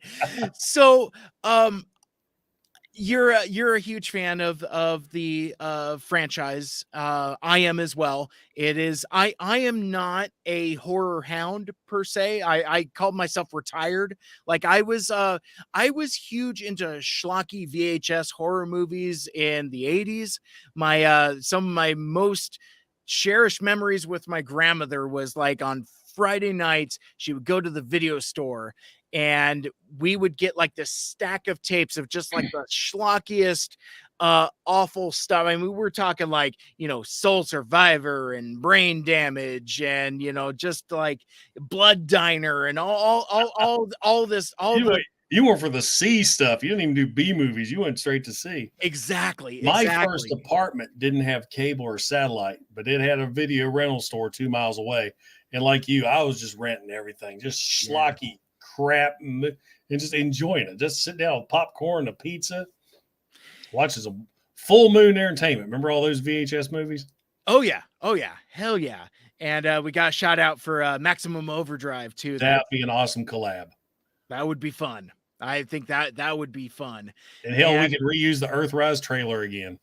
Oh hell yeah. Yeah, why not? I mean, I love what they did with it for the holiday prime. I think that's a better use of the Earthrise trailer than the actual Earthrise figure. It just I just like the minty white on it. I think it's just a great deco there.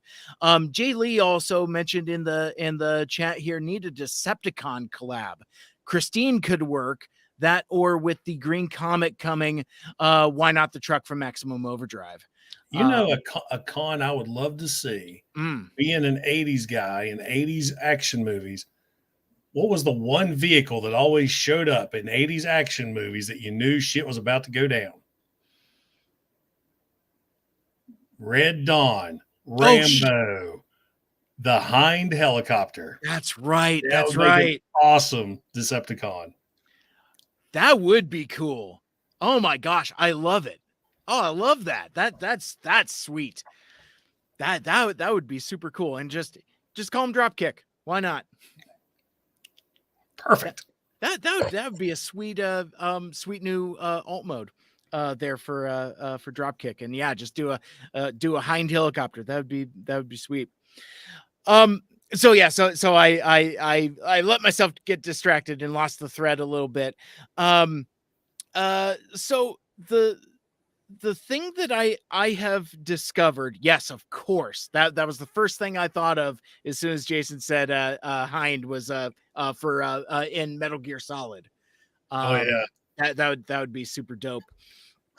I have discovered in my travels that folks that are into Transformers somehow also seem to have a bit of a Friday the 13th fandom. Like, and like I said earlier, I thought that I was the only one. Turns out I'm not. I've since encountered at least a half dozen folks also that are Jason fans, along with being Transformers fans. Yes, nerdy tangent syndrome. That is, consult your physician. It is a real affliction. I think that all this stuff came out at that impressionable age of the early 80s.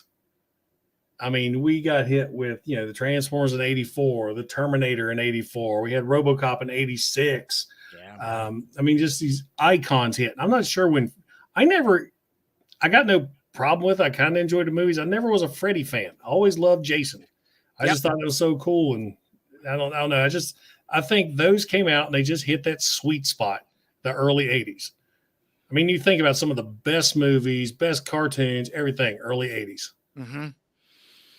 Yeah, I think it's as simple as that, and just the simple iconography of the hockey mask. And I promised you I was going to tell this story on the air, but like right before I jumped on with you, I ran into my boss.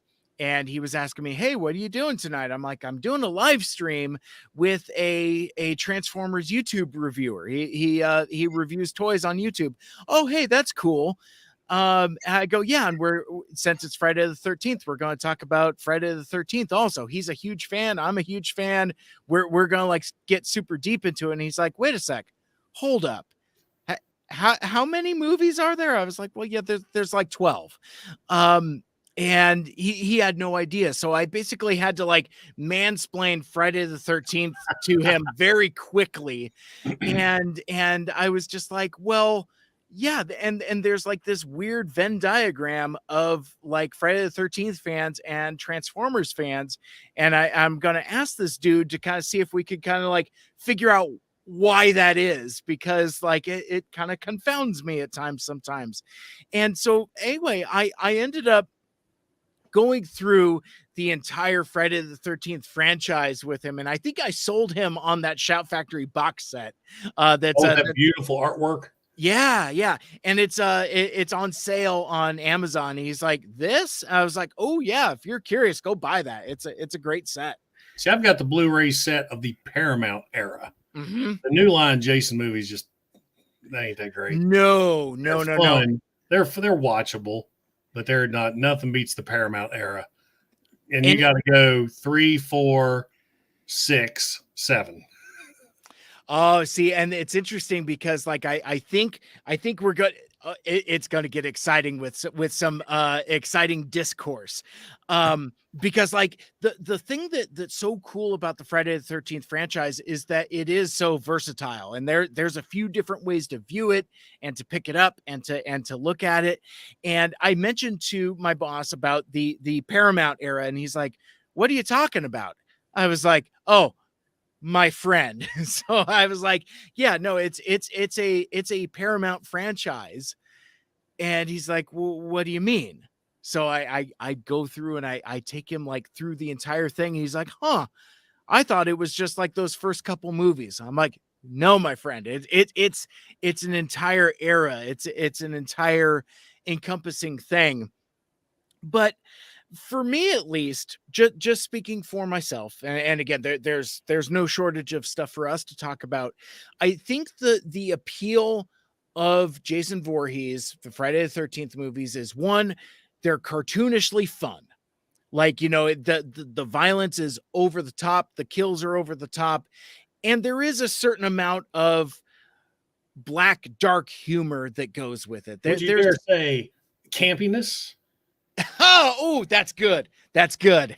Oh man, see, that's that, and there is a certain amount of camp to it that isn't the jokiness of the Nightmare on Elm Street Freddy stuff. It's of a different kind. I mean, it's still slasher horror, but it's fun in a way that's not cheeky. It's campy but not cheeky. If That's that when it was so weird.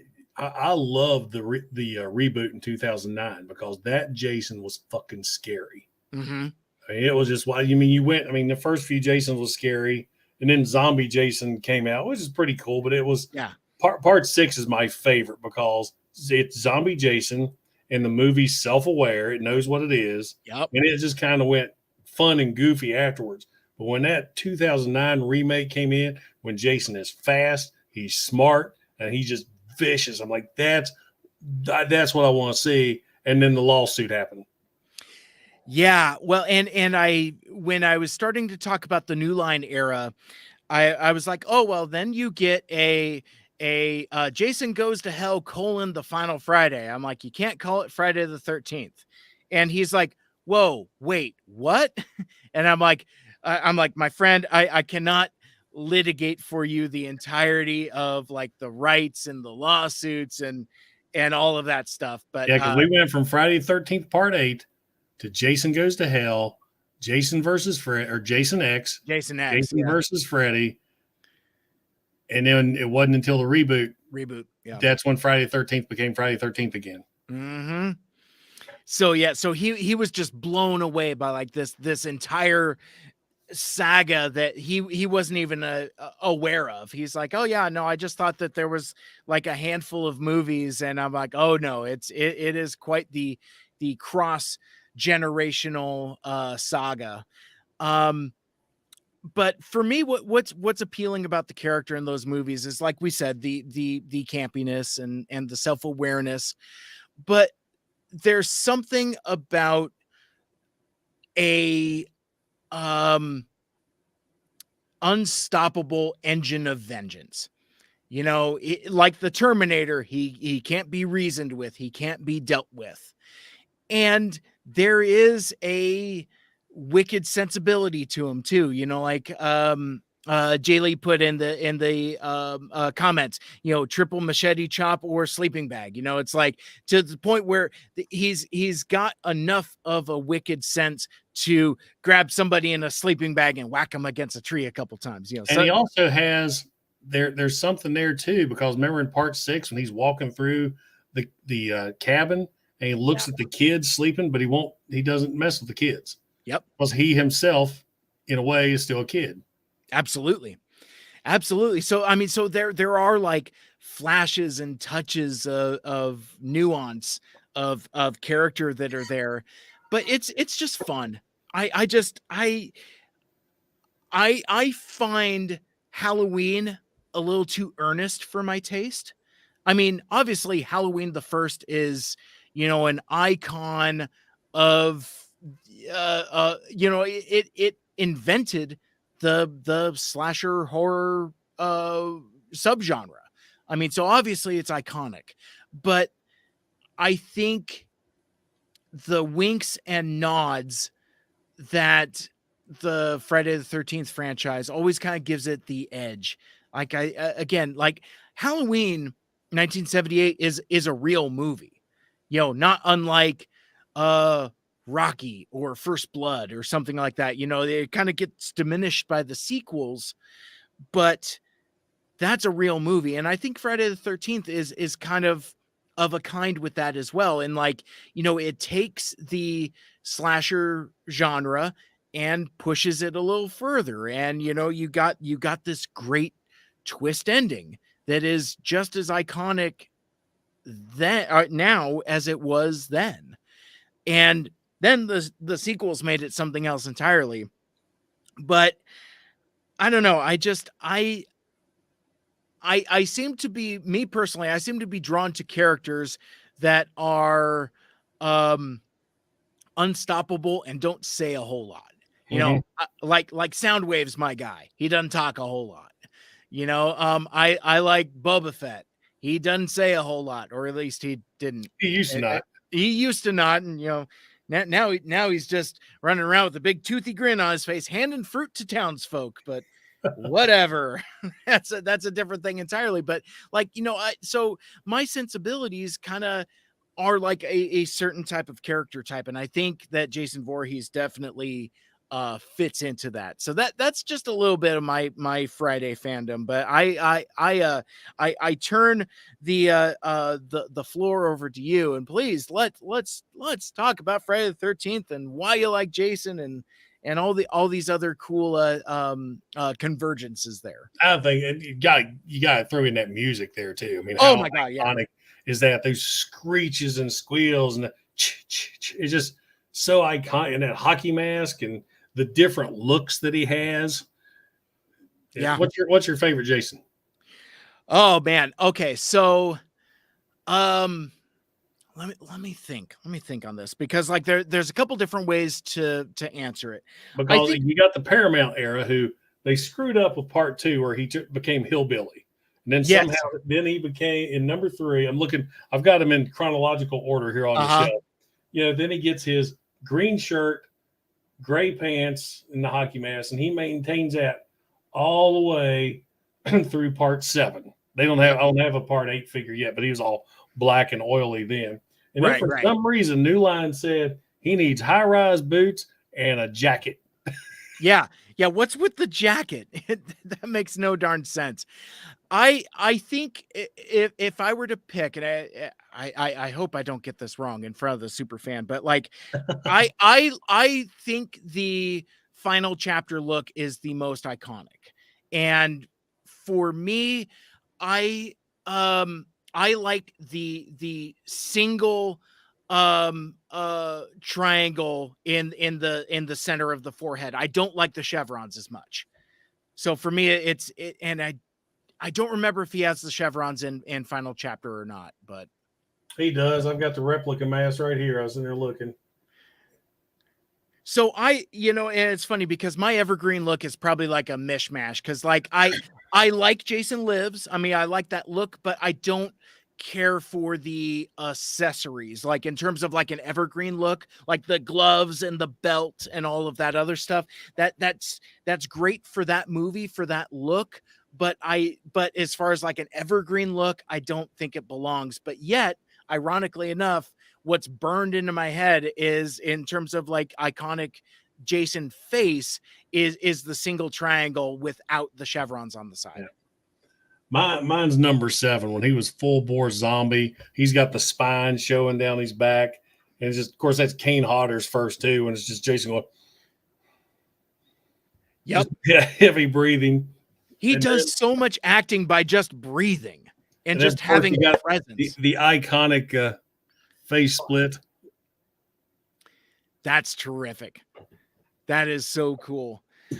So actually, yeah, so that brought a question I was going to ask. You've already kind of answered it. It's like, so Friday the 13th fans are kind of like, weirdly tribal, and kind of like, not unlike Transformers fans, but like, we kind of divide into a few different camps. Human Jason or zombie Jason? I don't know. I always steered toward the more supernatural Jason because it seems to explain more. If you think about it, I mean, when he's human Jason, he took an axe to the head. He's still alive. Just yeah. I don't know. I liked from the Paramount era. Like I said, I like 3, 4, 6, and 7, and it's an even split. You got 2 movies of human Jason. Then you got the 2 movies of zombie. I kind of like the zombie because he's got that superhuman strength.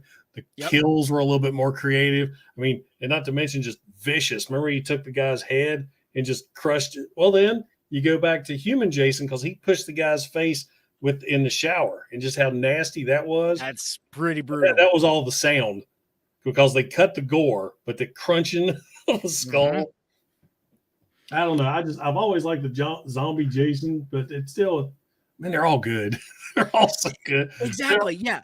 It's kind of like it's kind of pizza. There's no bad pizza and there's no bad Jason Voorhees. It's just different flavors.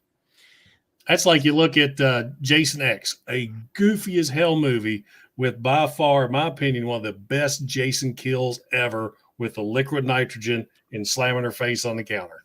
Yep. It's funny. So I'll tell you two different stories. One, I grew up on the Paramount Jason movies.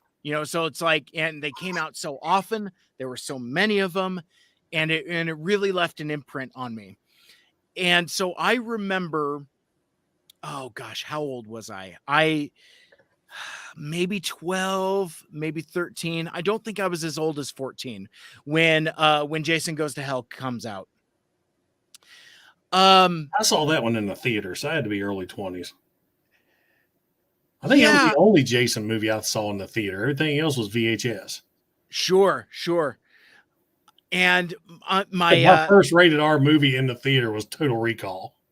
oh hell yeah. I conned my grandmother to take me and a friend to go see RoboCop 2.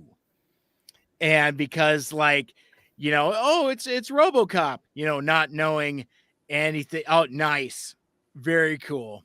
I had no business seeing that movie in the theater, but yeah, what an experience. But oh, of course. Gorgeous. I love it. But so ironically enough, same grandmother takes me and a friend. Oh, my friend Ed 209. Amazing. We go to see, I convince her to take me and a friend to go see Jason Goes to Hell. And we go to see it, and I am just not having it. Just like the whole the supernatural aspects of it. I was just like, what is this? As big of a Jason super fan as I am, I think I've only seen that movie twice. Because I remember Jason was in the very beginning. He got blown up, and it was like the body transfer thing, right? Super stupid. Yep. And like people like eating hearts and stuff. Real stupid. And I remember this very vividly. I come out of the theater. I am disappointed. And I'm kind of like stomping my feet and I'm saying like, I'm bitter. And my buddy, he's like, dude, shut up. There's girls over there. And I'm like, I don't give a fuck. That movie sucked. I'm mad. So he was a little further on the trajectory than I was, because like I was more fixated on being upset about my movie watching experience than the lady folks that were grabbing my friend's attention, and I was embarrassing him. But I remembered being really disappointed by that movie going watch. But I still had all the videos, so I could go back and watch watch all the movies. But I like about the Friday the 13th movies is that they are just straight up grindhouse movies, and that they were cranking these out one a year, and they just it eventually gets into diminishing returns. But man, what a run of flicks. Just great iconic fun. It was funny if you ever watched any of the behind the scenes stuff, what they went through. I mean, some like Friday the 13th Part 4, they put some of those people through hell. And I remember Richard Brooker. I forget that it'll come to me later on, but the actor who was Jason in Part 4, he came to the defense of a lot of the other actors, especially the girls, had to be topless and stuff. And he's like, if you don't start treating these girls with respect, I'll walk. I mean, it's interesting on behind the scenes. Yet the first Friday the 13th movie, they said that was like a party. Part 6 was like everybody just had a good time with that one. That was like a party. Yeah. And so the other ones, they just hated each other. Too funny. Richard Brooker, that was Part 3. What the hell was the guy's name? Oh, I don't know. Or maybe it was him. To Google. To the Googles we go. Da-na-na-na-na-na. Too funny. Now I'm excited. I want to see what happens. I was going to start Googling myself, but I'm like, no, I'll wait. Ted White. Okay, I was right. Richard Brooker is 3. Ted White's Jason Voorhees in Part 4. And he was a stuntman. He did a lot of movies before he hopped in there. And one scene where he's busting through the door with a hatchet in his hand, just powerful. That's a great scene. I love it. And what a interesting trajectory for a franchise. Like, you start off as like this legitimate suspense horror movie, that's still a slasher. I mean, you got some like really good kills in there, but then it is so weird how it's defined by its end more than its beginning. The build up. Yeah, it's Well, if crazy. you look at the very first victim, they follow this one girl. She's heading to the camp, and the first 30 minutes is devoted to her. Then she gets her throat slit just right there. Yep. Because you think, okay, that's the final girl. That's the hero. They pulled the psycho Jennifer Lee thing. Mm-hmm. And it turned out to be the mom, because you'll get people that all the time. Who was the killer in Friday the 13th? Jason. Nuh-uh. Nuh-uh.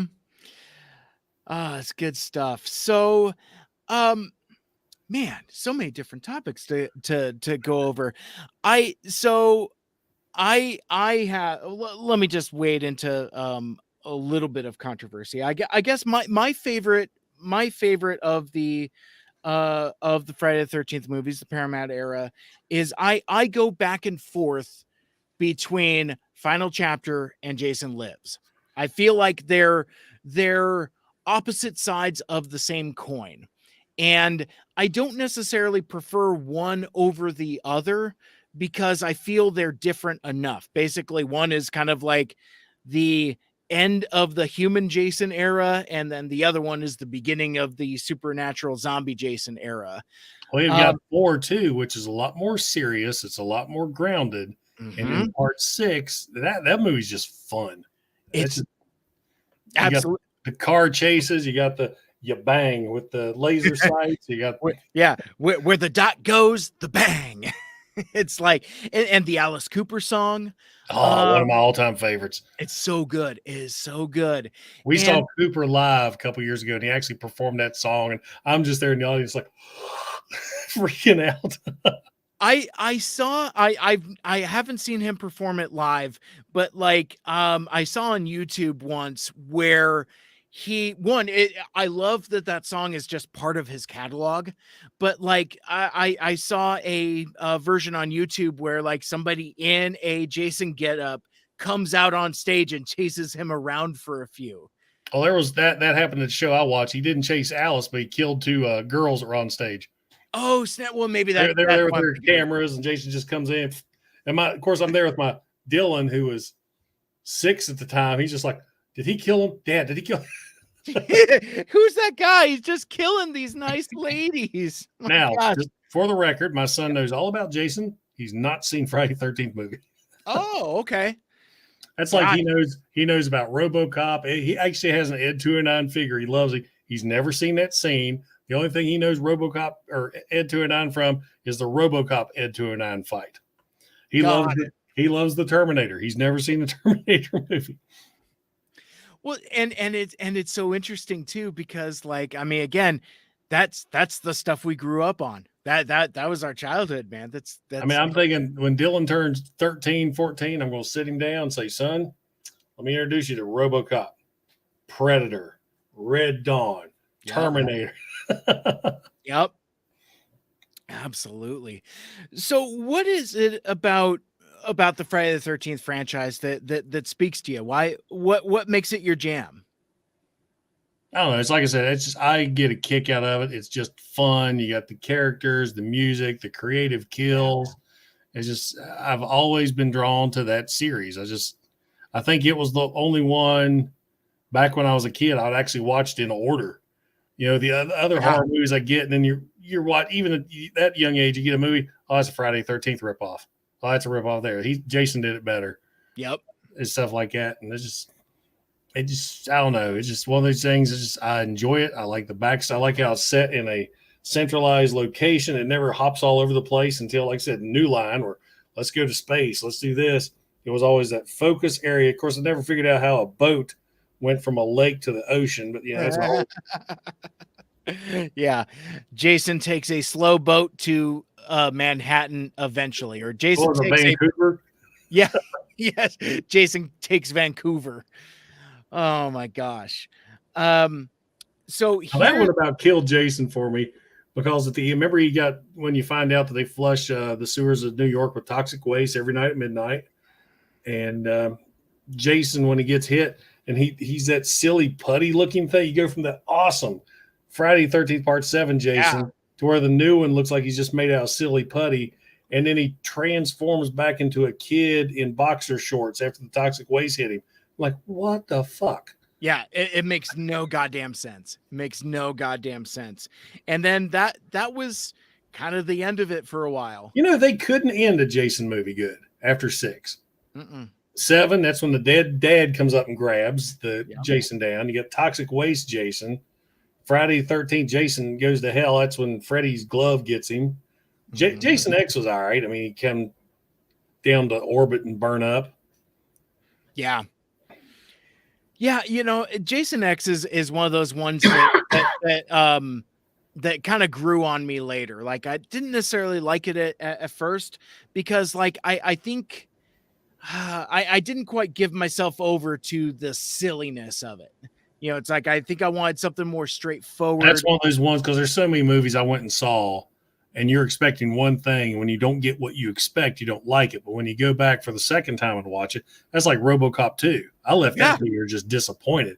But now, man, I love it, especially like once you look into it more, nowhere is near as good as the first one. Nothing will ever touch it. But the stop motion animation, I still love to this day. Still looks good. The fight at the end. Yes, I was so glad Jason won against Freddy too, except Freddy had that at the end. Yeah.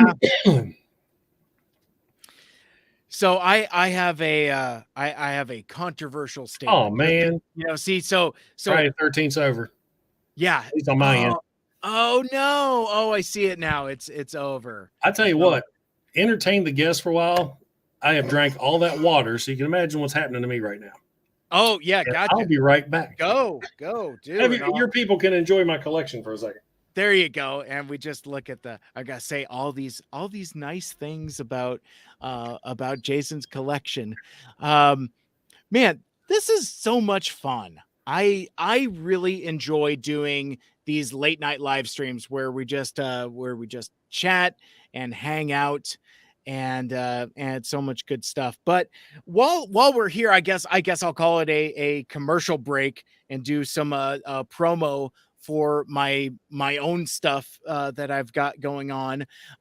If you've seen either on my Facebook or Twitter, I'm at Mike Seibert Radio on Twitter and Mike Seibert Radio on Facebook.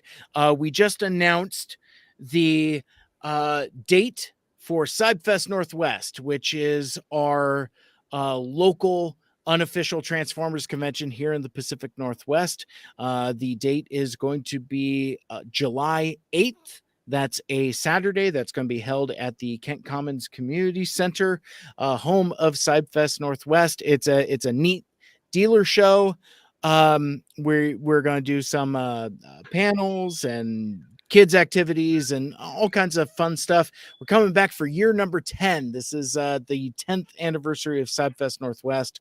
You could check out cybfestnw.com for more information about that. But it's going to be a lot of fun, and I'll definitely do some live streams with the show organizers, and we're going to talk more about it as we get closer to it. But we're proud of our little show here in the Pacific Northwest. I was just telling folks about the return of CybFest Northwest up here in the Pacific Northwest. It's our little local Transformers convention. It's a neat dealer room, and we have a blast with that. We just announced the date this afternoon, actually. So I thought while you were going to the restroom there, I'd let folks know a little more about that, and should be a lot of fun. Yeah, we're getting psyched up for TF Con in Orlando. Of course, I got most of my YouTube friends have moved down to Florida now, so it's all close to them. Yeah, well, I was gonna say let's talk about TFCon because you're doing something pretty cool, actually. Getting your bod all back in shape for that. I try my best. I want to drop 50 pounds by TFCon. Now, it was originally 50 pounds when I went to the doctor and I was clocked in at 275, I think is what it was. And somehow after Christmas, I've dropped down to 266. Started back, joined the gym, started back again this week, did a couple days, and then I decided to jack my knee up running down my sidewalk. So I haven't been to the gym as much as I'd like to be. But so yeah, I'm trying to get myself back in shape. Like I said, I got a 50th birthday coming back up. I ride a desk. I got a desk job, so I'm not near active as much as I'd like to be. And I don't know, I'm just trying to do better. I hear you. Well, and I forget where you were talking about it, whether it was on Facebook or Twitter or somewhere else. But I mean, you used to be a gym bro back in the day. I was a big time gym bro. I was even in a fitness magazine gym bro.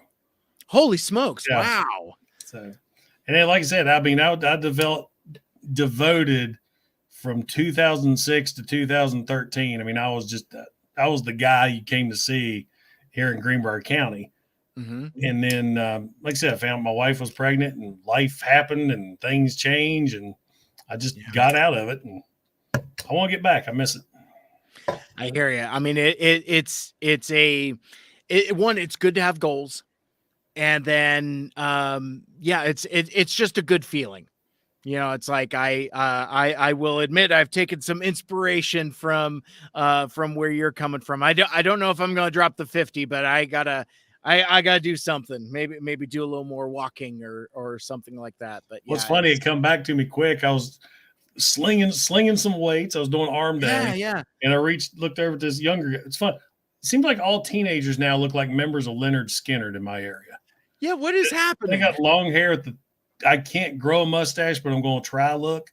I mean, there must look like four of them. It's like, hey, I look like Leonard Skinner. But I was sitting there past his weight, and I looked at this kid and said, hey, bro, can you hand me that? I haven't called anybody bro. And hey, bro, it's at the gym. It just happens. Hey, bro. What's up, bro? Unfortunate. It's so we that was you were chatting with your buddy Bert the Stormtrooper about that, and you guys are heading out to TFCon coming up in TFCon Orlando coming up in October. Have you done TFCon before? Yes, I have. I've done it in 2019 and 2021. Oh, that's right. You went to the ones that I missed because like you did Baltimore and DC, right? Yep.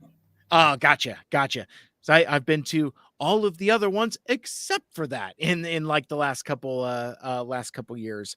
I am hoping to make it out to that Orlando show. I'm not sure. We'll see what fate has in store for me, but fate rarely calls on us at a moment of our choosing, I guess. Exactly. But it has no fate but what we make for ourselves.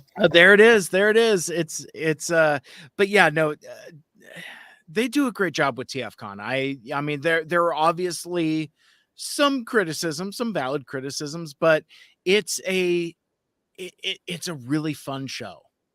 I like it quite a lot. So I'm excited to continue to participate as the years go by. And I've hit this point now is I don't even go to get figures. I'm going to hang out. I want to hang out with my friends and have a good time. Meet people like you in person, hook up with Bert and Rodimus once again. We won't do any Pocky Chip challenges at this TFCon because we almost killed somebody last time. Well, and I forget who it was. It was Jonas 22 had said that like that was that first video that they had watched was the was you and Bert doing the one chip challenge. Bert, man, he eats some things like Fritos. It doesn't phase him. That's awesome. So yeah, okay. So I'm all over the road. I meant to close off the Friday the 13th thing, but then I got distracted. So technically it's still Friday the 13th on your end.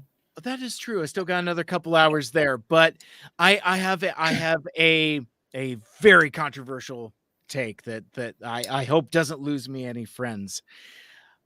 I kind of like part 5. I kind of there's a couple of reasons to like part 5. Well, there's multiple couples of reasons to like part 5. It was directed by a porn director. Yep. He later said, "Yeah, we're making a porn in the what is it? We're making a porn movie in the woods because nobody knows what we're doing." Yeah, and that was it. Yeah. The kill count is really good. The kills themselves are really good. And there is a version of it, not necessarily in that movie itself, but like the Jason without Jason misdirect thing is kind of a clever gimmick. I mean, obviously it wasn't sustainable, but I don't know. It's kind of like the Halloween 3 season of the witch type of thing. The Halloween movie without Michael Myers in it. This is the Jason movie without Jason in it, but it's still kind of fun. Oh, I don't know. I it's like it. schlocky as can be. It's B Yeah. movie. I mean, it's the campiest of them. Yeah, it's they got some gruesome kills. The leather around the guy's eyes and Oh those yeah. makeup effects. You see that digging into his skull. Mm-hmm. I mean, or even like the garden shears, and it's Yeah. and of Yeah, when they course go down and that was a nice touch too. That and obviously some profound nudity in that movie for sure. It's it's weird too, because like that's the other thing with um the Friday the 13th movies. I think more so than some of the other slashers. I don't know what it is about a young man's first experience with these types of concepts. You have both horror and nudity at the same time, and I don't know what that says about the makeup of a young man growing up in the 1980s, but those are always connected for some reason. Profound nudity and gratuitous that's like violence. every horror movie given. Yes. You know, it's like a must. That and the Barbarian movies. That was always a given too. Oh my gosh, yes, absolutely. Absolutely. So yeah, so I don't know, let's talk about some Transformers some more, Okay, and talk more about. let's go from boobs to bots. There we go. That's as good of a segue as I could do at this hour. One of the threads that I wanted to pick up on that we probably should have done much earlier in the show so more folks could have heard, but like, Yeah, we're on 2 hours now. Most people already left. yeah, exactly. I mean, shout out to the 3 still hanging on, and it looks like Rodimus is still out there as well. But like, the thing that I really wanted to talk about is some of the challenges and adversity that and sometimes outright bigotry that you've run into in your channel. Like, I talked about a time that, like, I got trolled and harassed and stuff like that, but I know that folks that put themselves out there as using American flags and calling themselves Patriot Prime, that attracts a certain amount of attention. And we even saw that in the lead up to this interview. There was like a Facebook post saying basically, like, Patriot Prime, oh man, that seems like a robot Alex Jones or something like that. And you had told me that reminded you of some of the feedback and things that you got early on that almost made you want to quit doing this. So I thought I would like to kind of pick up on that thread and talk about maybe some of like the early challenges that you ran into and how you've overcome some of those challenges. Yeah, when I first started when I started getting out there, when some of my videos started gaining popularity, it was bad. I mean, apparently this day and age, of course, I'll say it right now. I don't want to trigger nobody. Of course, I don't give a shit anymore. Of course. Is I call myself Patriot Prime during Trump's presidency. Oh, dear Jesus Christ. How dare I? And like I said, that the Patriot Prime had nothing to do with that. It went with the tattoo on my arm from something I was called in 2013. 2013. Okay, 3 years prior. But because I have Patriot Prime in my name, I think the first comment I got was somebody bitching about Patriot. You know, Patriot's just such and such so are. And all I did was I cut and paste from Google what Patriot actually stood for. And then I would get comments like when I started doing Toy Hacks videos. I did one on Earthrise Optimus Prime, which is one of my top Toy Hacks videos. And somebody just comments, well, you know, Optimus Prime wouldn't build a wall. I'm like, fuck's that have to do with anything? Yeah. And then I made the mistake of getting on Twitter. And the only reason I got on Twitter was to promote the channel. You know, I was researching, okay, how do you promote? And they said, oh, go on Twitter, go on Instagram, promote your videos, so on and so forth. Twitter was horrible. Yeah. I got death threats. I was called a fascist. I was called a Nazi. I was called a racist. I have never, ever, ever did anything political on my channel whatsoever. I mean, I'll make jokes like something.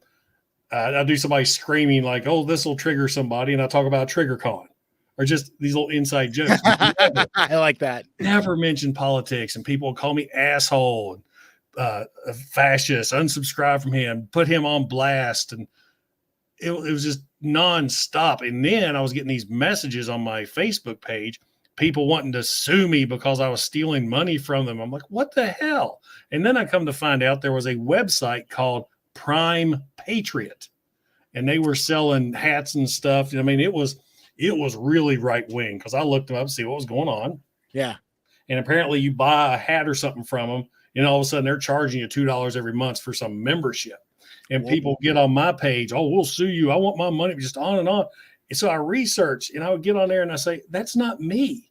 I said, before you send me these messages, look at my posts, man. It's Optimus Prime, it's Megatron, it's Galvatron. I don't know what you're talking about. And this went on and on. The Prime Patriot stuff, the stuff on Twitter, the man, I have a list of blocked commenters on my YouTube page probably as long as my arm. I had them threaten to kill me and my family just because I called myself Patriot Prime and I have the American flag. Yeah. And then there was finally at one point, I mean, this is at the point where I met Bert the Stormtrooper, and I wish I knew exactly how we met, but he become like my internet best friend. And I would just talk to him about everything. And I'll say this right now, Bert and I have completely different views on politics. We never discuss them. Right. We don't care. He likes Transformers. I like Transformers. He likes this. I like this. We've bonded. We're tight. We don't give a shit what he does. I'm never going to change his mind on what he thinks. He's not going to change my mind on what I think. Who cares? And it's a shame that nobody can deal with that anymore. But it got so bad on my channel. I mean, it was just nonsense. It's like every other comment, I'm deleting stuff. And I told Bert, I said, I can't do this anymore. I said, I'm going on here. I'm trying to have a good time. I'm talking about plastic robots, trying to get to know people. And this is driving me nuts. And then a couple of years ago, somebody sent me another link on Twitter where this person, I don't know, girl, guy, whatever, just blasted me up one side. I won't deal with him. He's got I mean, the thing he said, if he's got the name Patriot in the channel, I know immediately he's an asshole.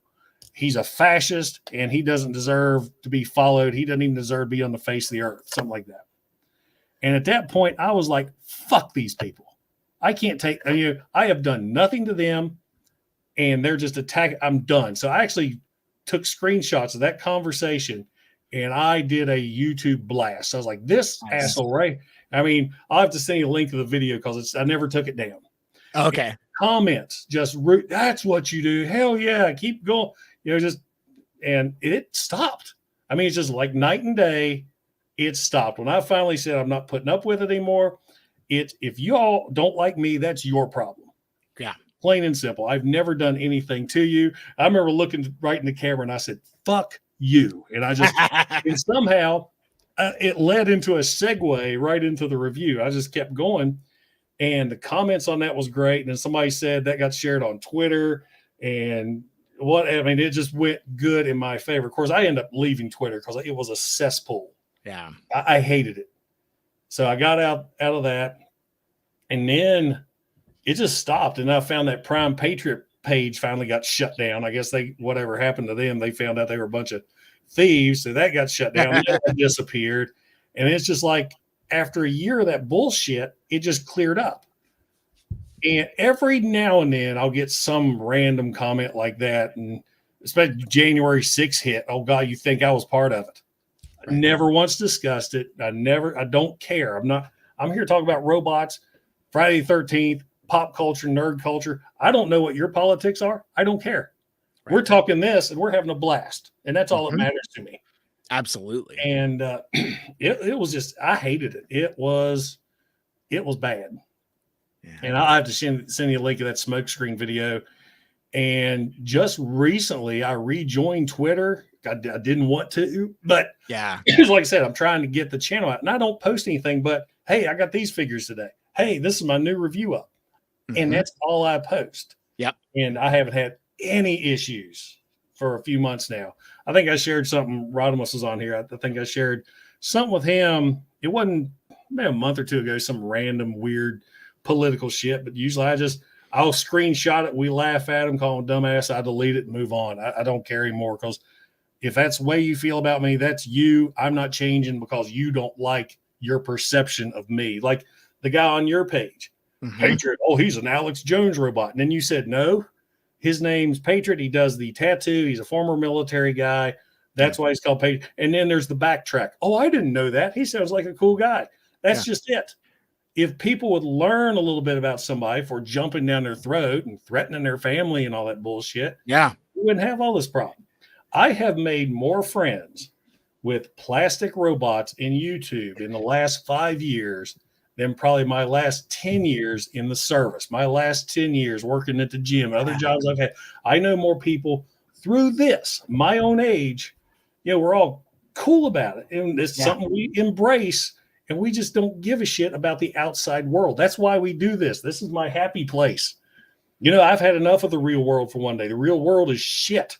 Let's go to Cybertron. Let's go to Crystal Lake. Let's hang out. I mean, it was bad at first, but then I got my footing and I've been sailing right along. I refused to quit. I was not going to back down. That's awesome. I mean, that's really great to hear. And it just underscores, again, we've talked about how folks are divided and how folks are tribal, and it's frustrating how that specific Facebook interaction that we're talking about, how that just kind of became emblematic of where we're at. It's just like, oh, I see a icon of an Optimus saluting and it looks like it's Stars and Stripes. Oh yeah, that guy's Alex Jones. And it's like, the motherfucker didn't even read my post. It wasn't even just like, hey, I'm having this cool dude on my channel. I'm going to get to know him and we're going to talk about his channel and robots and hockey masks and all this other stuff. But no, it's just like you just see the image and just jump to have that reaction. And I don't know if you know what I do for a living or not. I usually don't tell it out right now, but unfortunately, I work in politics now in a way. And in my office is like a smaller version of this. I've got figures lined up behind me. I've got some statues and stuff. And I've had people come in my office and goes, oh, that's pretty cool. I love all that stuff. Why do you have that in here? I said, because I would rather talk about these than what I do for a living. Yeah. And they love it. And my coworkers love it too. I mean, they always get tickled because today was Friday. It's casual Friday. This is how I come to work. They know I'm a big nerd, and it's just, it's one of those things. That's awesome. I love it. Well, I tell you, Jason, this has been an absolute blast. Getting to know you and talking about your channel and all of that. As we get closer to wrapping up, because I should probably. I know you have a busy weekend coming up because you have an entire wave of Transformers Legacy Evolution stuff to unbox and do videos and all that. And I really appreciate you taking the time and hanging out with us this evening. This has been an absolute blast. But as we get closer to wrapping up, you want to talk about what's been going on with your channel recently? You know, maybe point folks in the direction of some of your recent videos and talk about some of the cool stuff you got going on. Well, I'm hoping to catch up on a lot of videos because where I worked, especially with the election year, I was really busy work related. October, of course, November, and December, wrapping everything's up. January's kind of slowing down. We're between elections. I have a chance now to kind of catch up on my channel, maybe start doing my live shows again. I do live shows with my friends, fellow YouTubers, where we just shoot the shit like this. There's like sometimes anywhere between 8 and 10 of us. And Rodimus is one of them. We can go on for 4 hours just rambling and rambling. We usually get a pretty good crowd in the chat too. So it's very interactive that way. Like I said, I've got all these brand new figures to review. I've got some more G1 reviews coming up. I do pretty much everything Transformer related because I've kind of been typecast in a way that that's what people watch from me. As much as I collect all these other figures, it's funny. I can do this G1 Chrome Dome review and have 1,000 views in an hour. I mean, it just happens with the G1. Yeah. I do a RoboCop NECA review. I may get 50 in a week. Yeah. Excuse me. But I've got a lot of these coming up. I want to do the live shows again. I do the Toy Hacks videos. I got a lot of stuff for Toy Hacks coming in. What's cool with these figures now is I am the buyer for Toy Hacks. So Toy Hacks is getting this guy. So I'll have one to review. So by having these two with me right now, I can take one out of the box and play with him and then have a box to show off. And I like that. So I kind of know what's coming down Toy Hacks' pipe ahead of time. And if you are a Toy Hacks fan, don't forget to use my promo code Patriot at checkout for 15% off. What else do I got coming up? I don't know. I want to get my live shows going, more reviews, and try to get more content out. Absolutely. So you had mentioned your partnership with Toy Hacks, and again, don't forget to use that promo code at checkout. Get that 15% off. How's that partnership come to be? How'd you get involved with Toy Hacks? They reached out to me. Nice. I was always looking for stuff. Like I said earlier, I was trying to look for stuff that nobody else was doing. I got to getting Toy Hacks decals, and I thought this will be fun to do before and after videos. And so I was just doing it as I'm doing now. That you may have seen some of them, as I was doing in the beginning. And then they just reached out to me one day. Hey, you do great with these videos. Of course, as everything I've gotten, if you look at my older stuff to my newer stuff, you just get better and better with this. That's why I like with the YouTube, you're always learning. Yeah. And they just reached out to me, and I try to get their decals, sell their decals for them. I supply the figures for them. I like to promote their things. I just did their holiday Optimus Prime decal set, which is fantastic. And to me, Toy Hacks is like applying those decals is my zen, man. I get up here, I got my bifocals I put on. I have my complete Toy Hacks tweezer set there to get stuff going. Oh, nice. Because I have people in comments, I don't see how you do that. My hands shake. And I was like, man, I don't. I just relax. I usually have my 80s on 8 playing. And that's a great channel, by the way. Anything 80s. Yeah. I can tell by this show, we're 80s guys. Exactly. So the last round of questions I want to ask you before we close out, and some of this we've kind of touched on, is let's see. I'll just jump right to it. I was going to say, like, I have my question set up where it's like, well, you know, what are some of the challenges you've had and some of the challenges that you've overcome? We already talked about that. So the question I like to ask everybody that I interview, and I interview a wide variety of folks, you know, YouTubers, podcasters, comic book creators, musicians, other podcasters, you know, what have you. But the question I always like to ask folks is what advice you would have for folks who want to do their own creative artistic pursuits, whether it be a YouTube channel or or whatever else creative, what advice would Patriot Prime have for the kiddos? I would say if you want to do it, just do it, because you never know. You could take off. You could have to put a lot of work into it. I've been doing this for 5 years. I'm getting close to 15,000 subscribers, which is still, in a way, small potatoes compared to some of these other YouTubers, but it's working for me. I mean, I enjoy it. I've met great people doing it,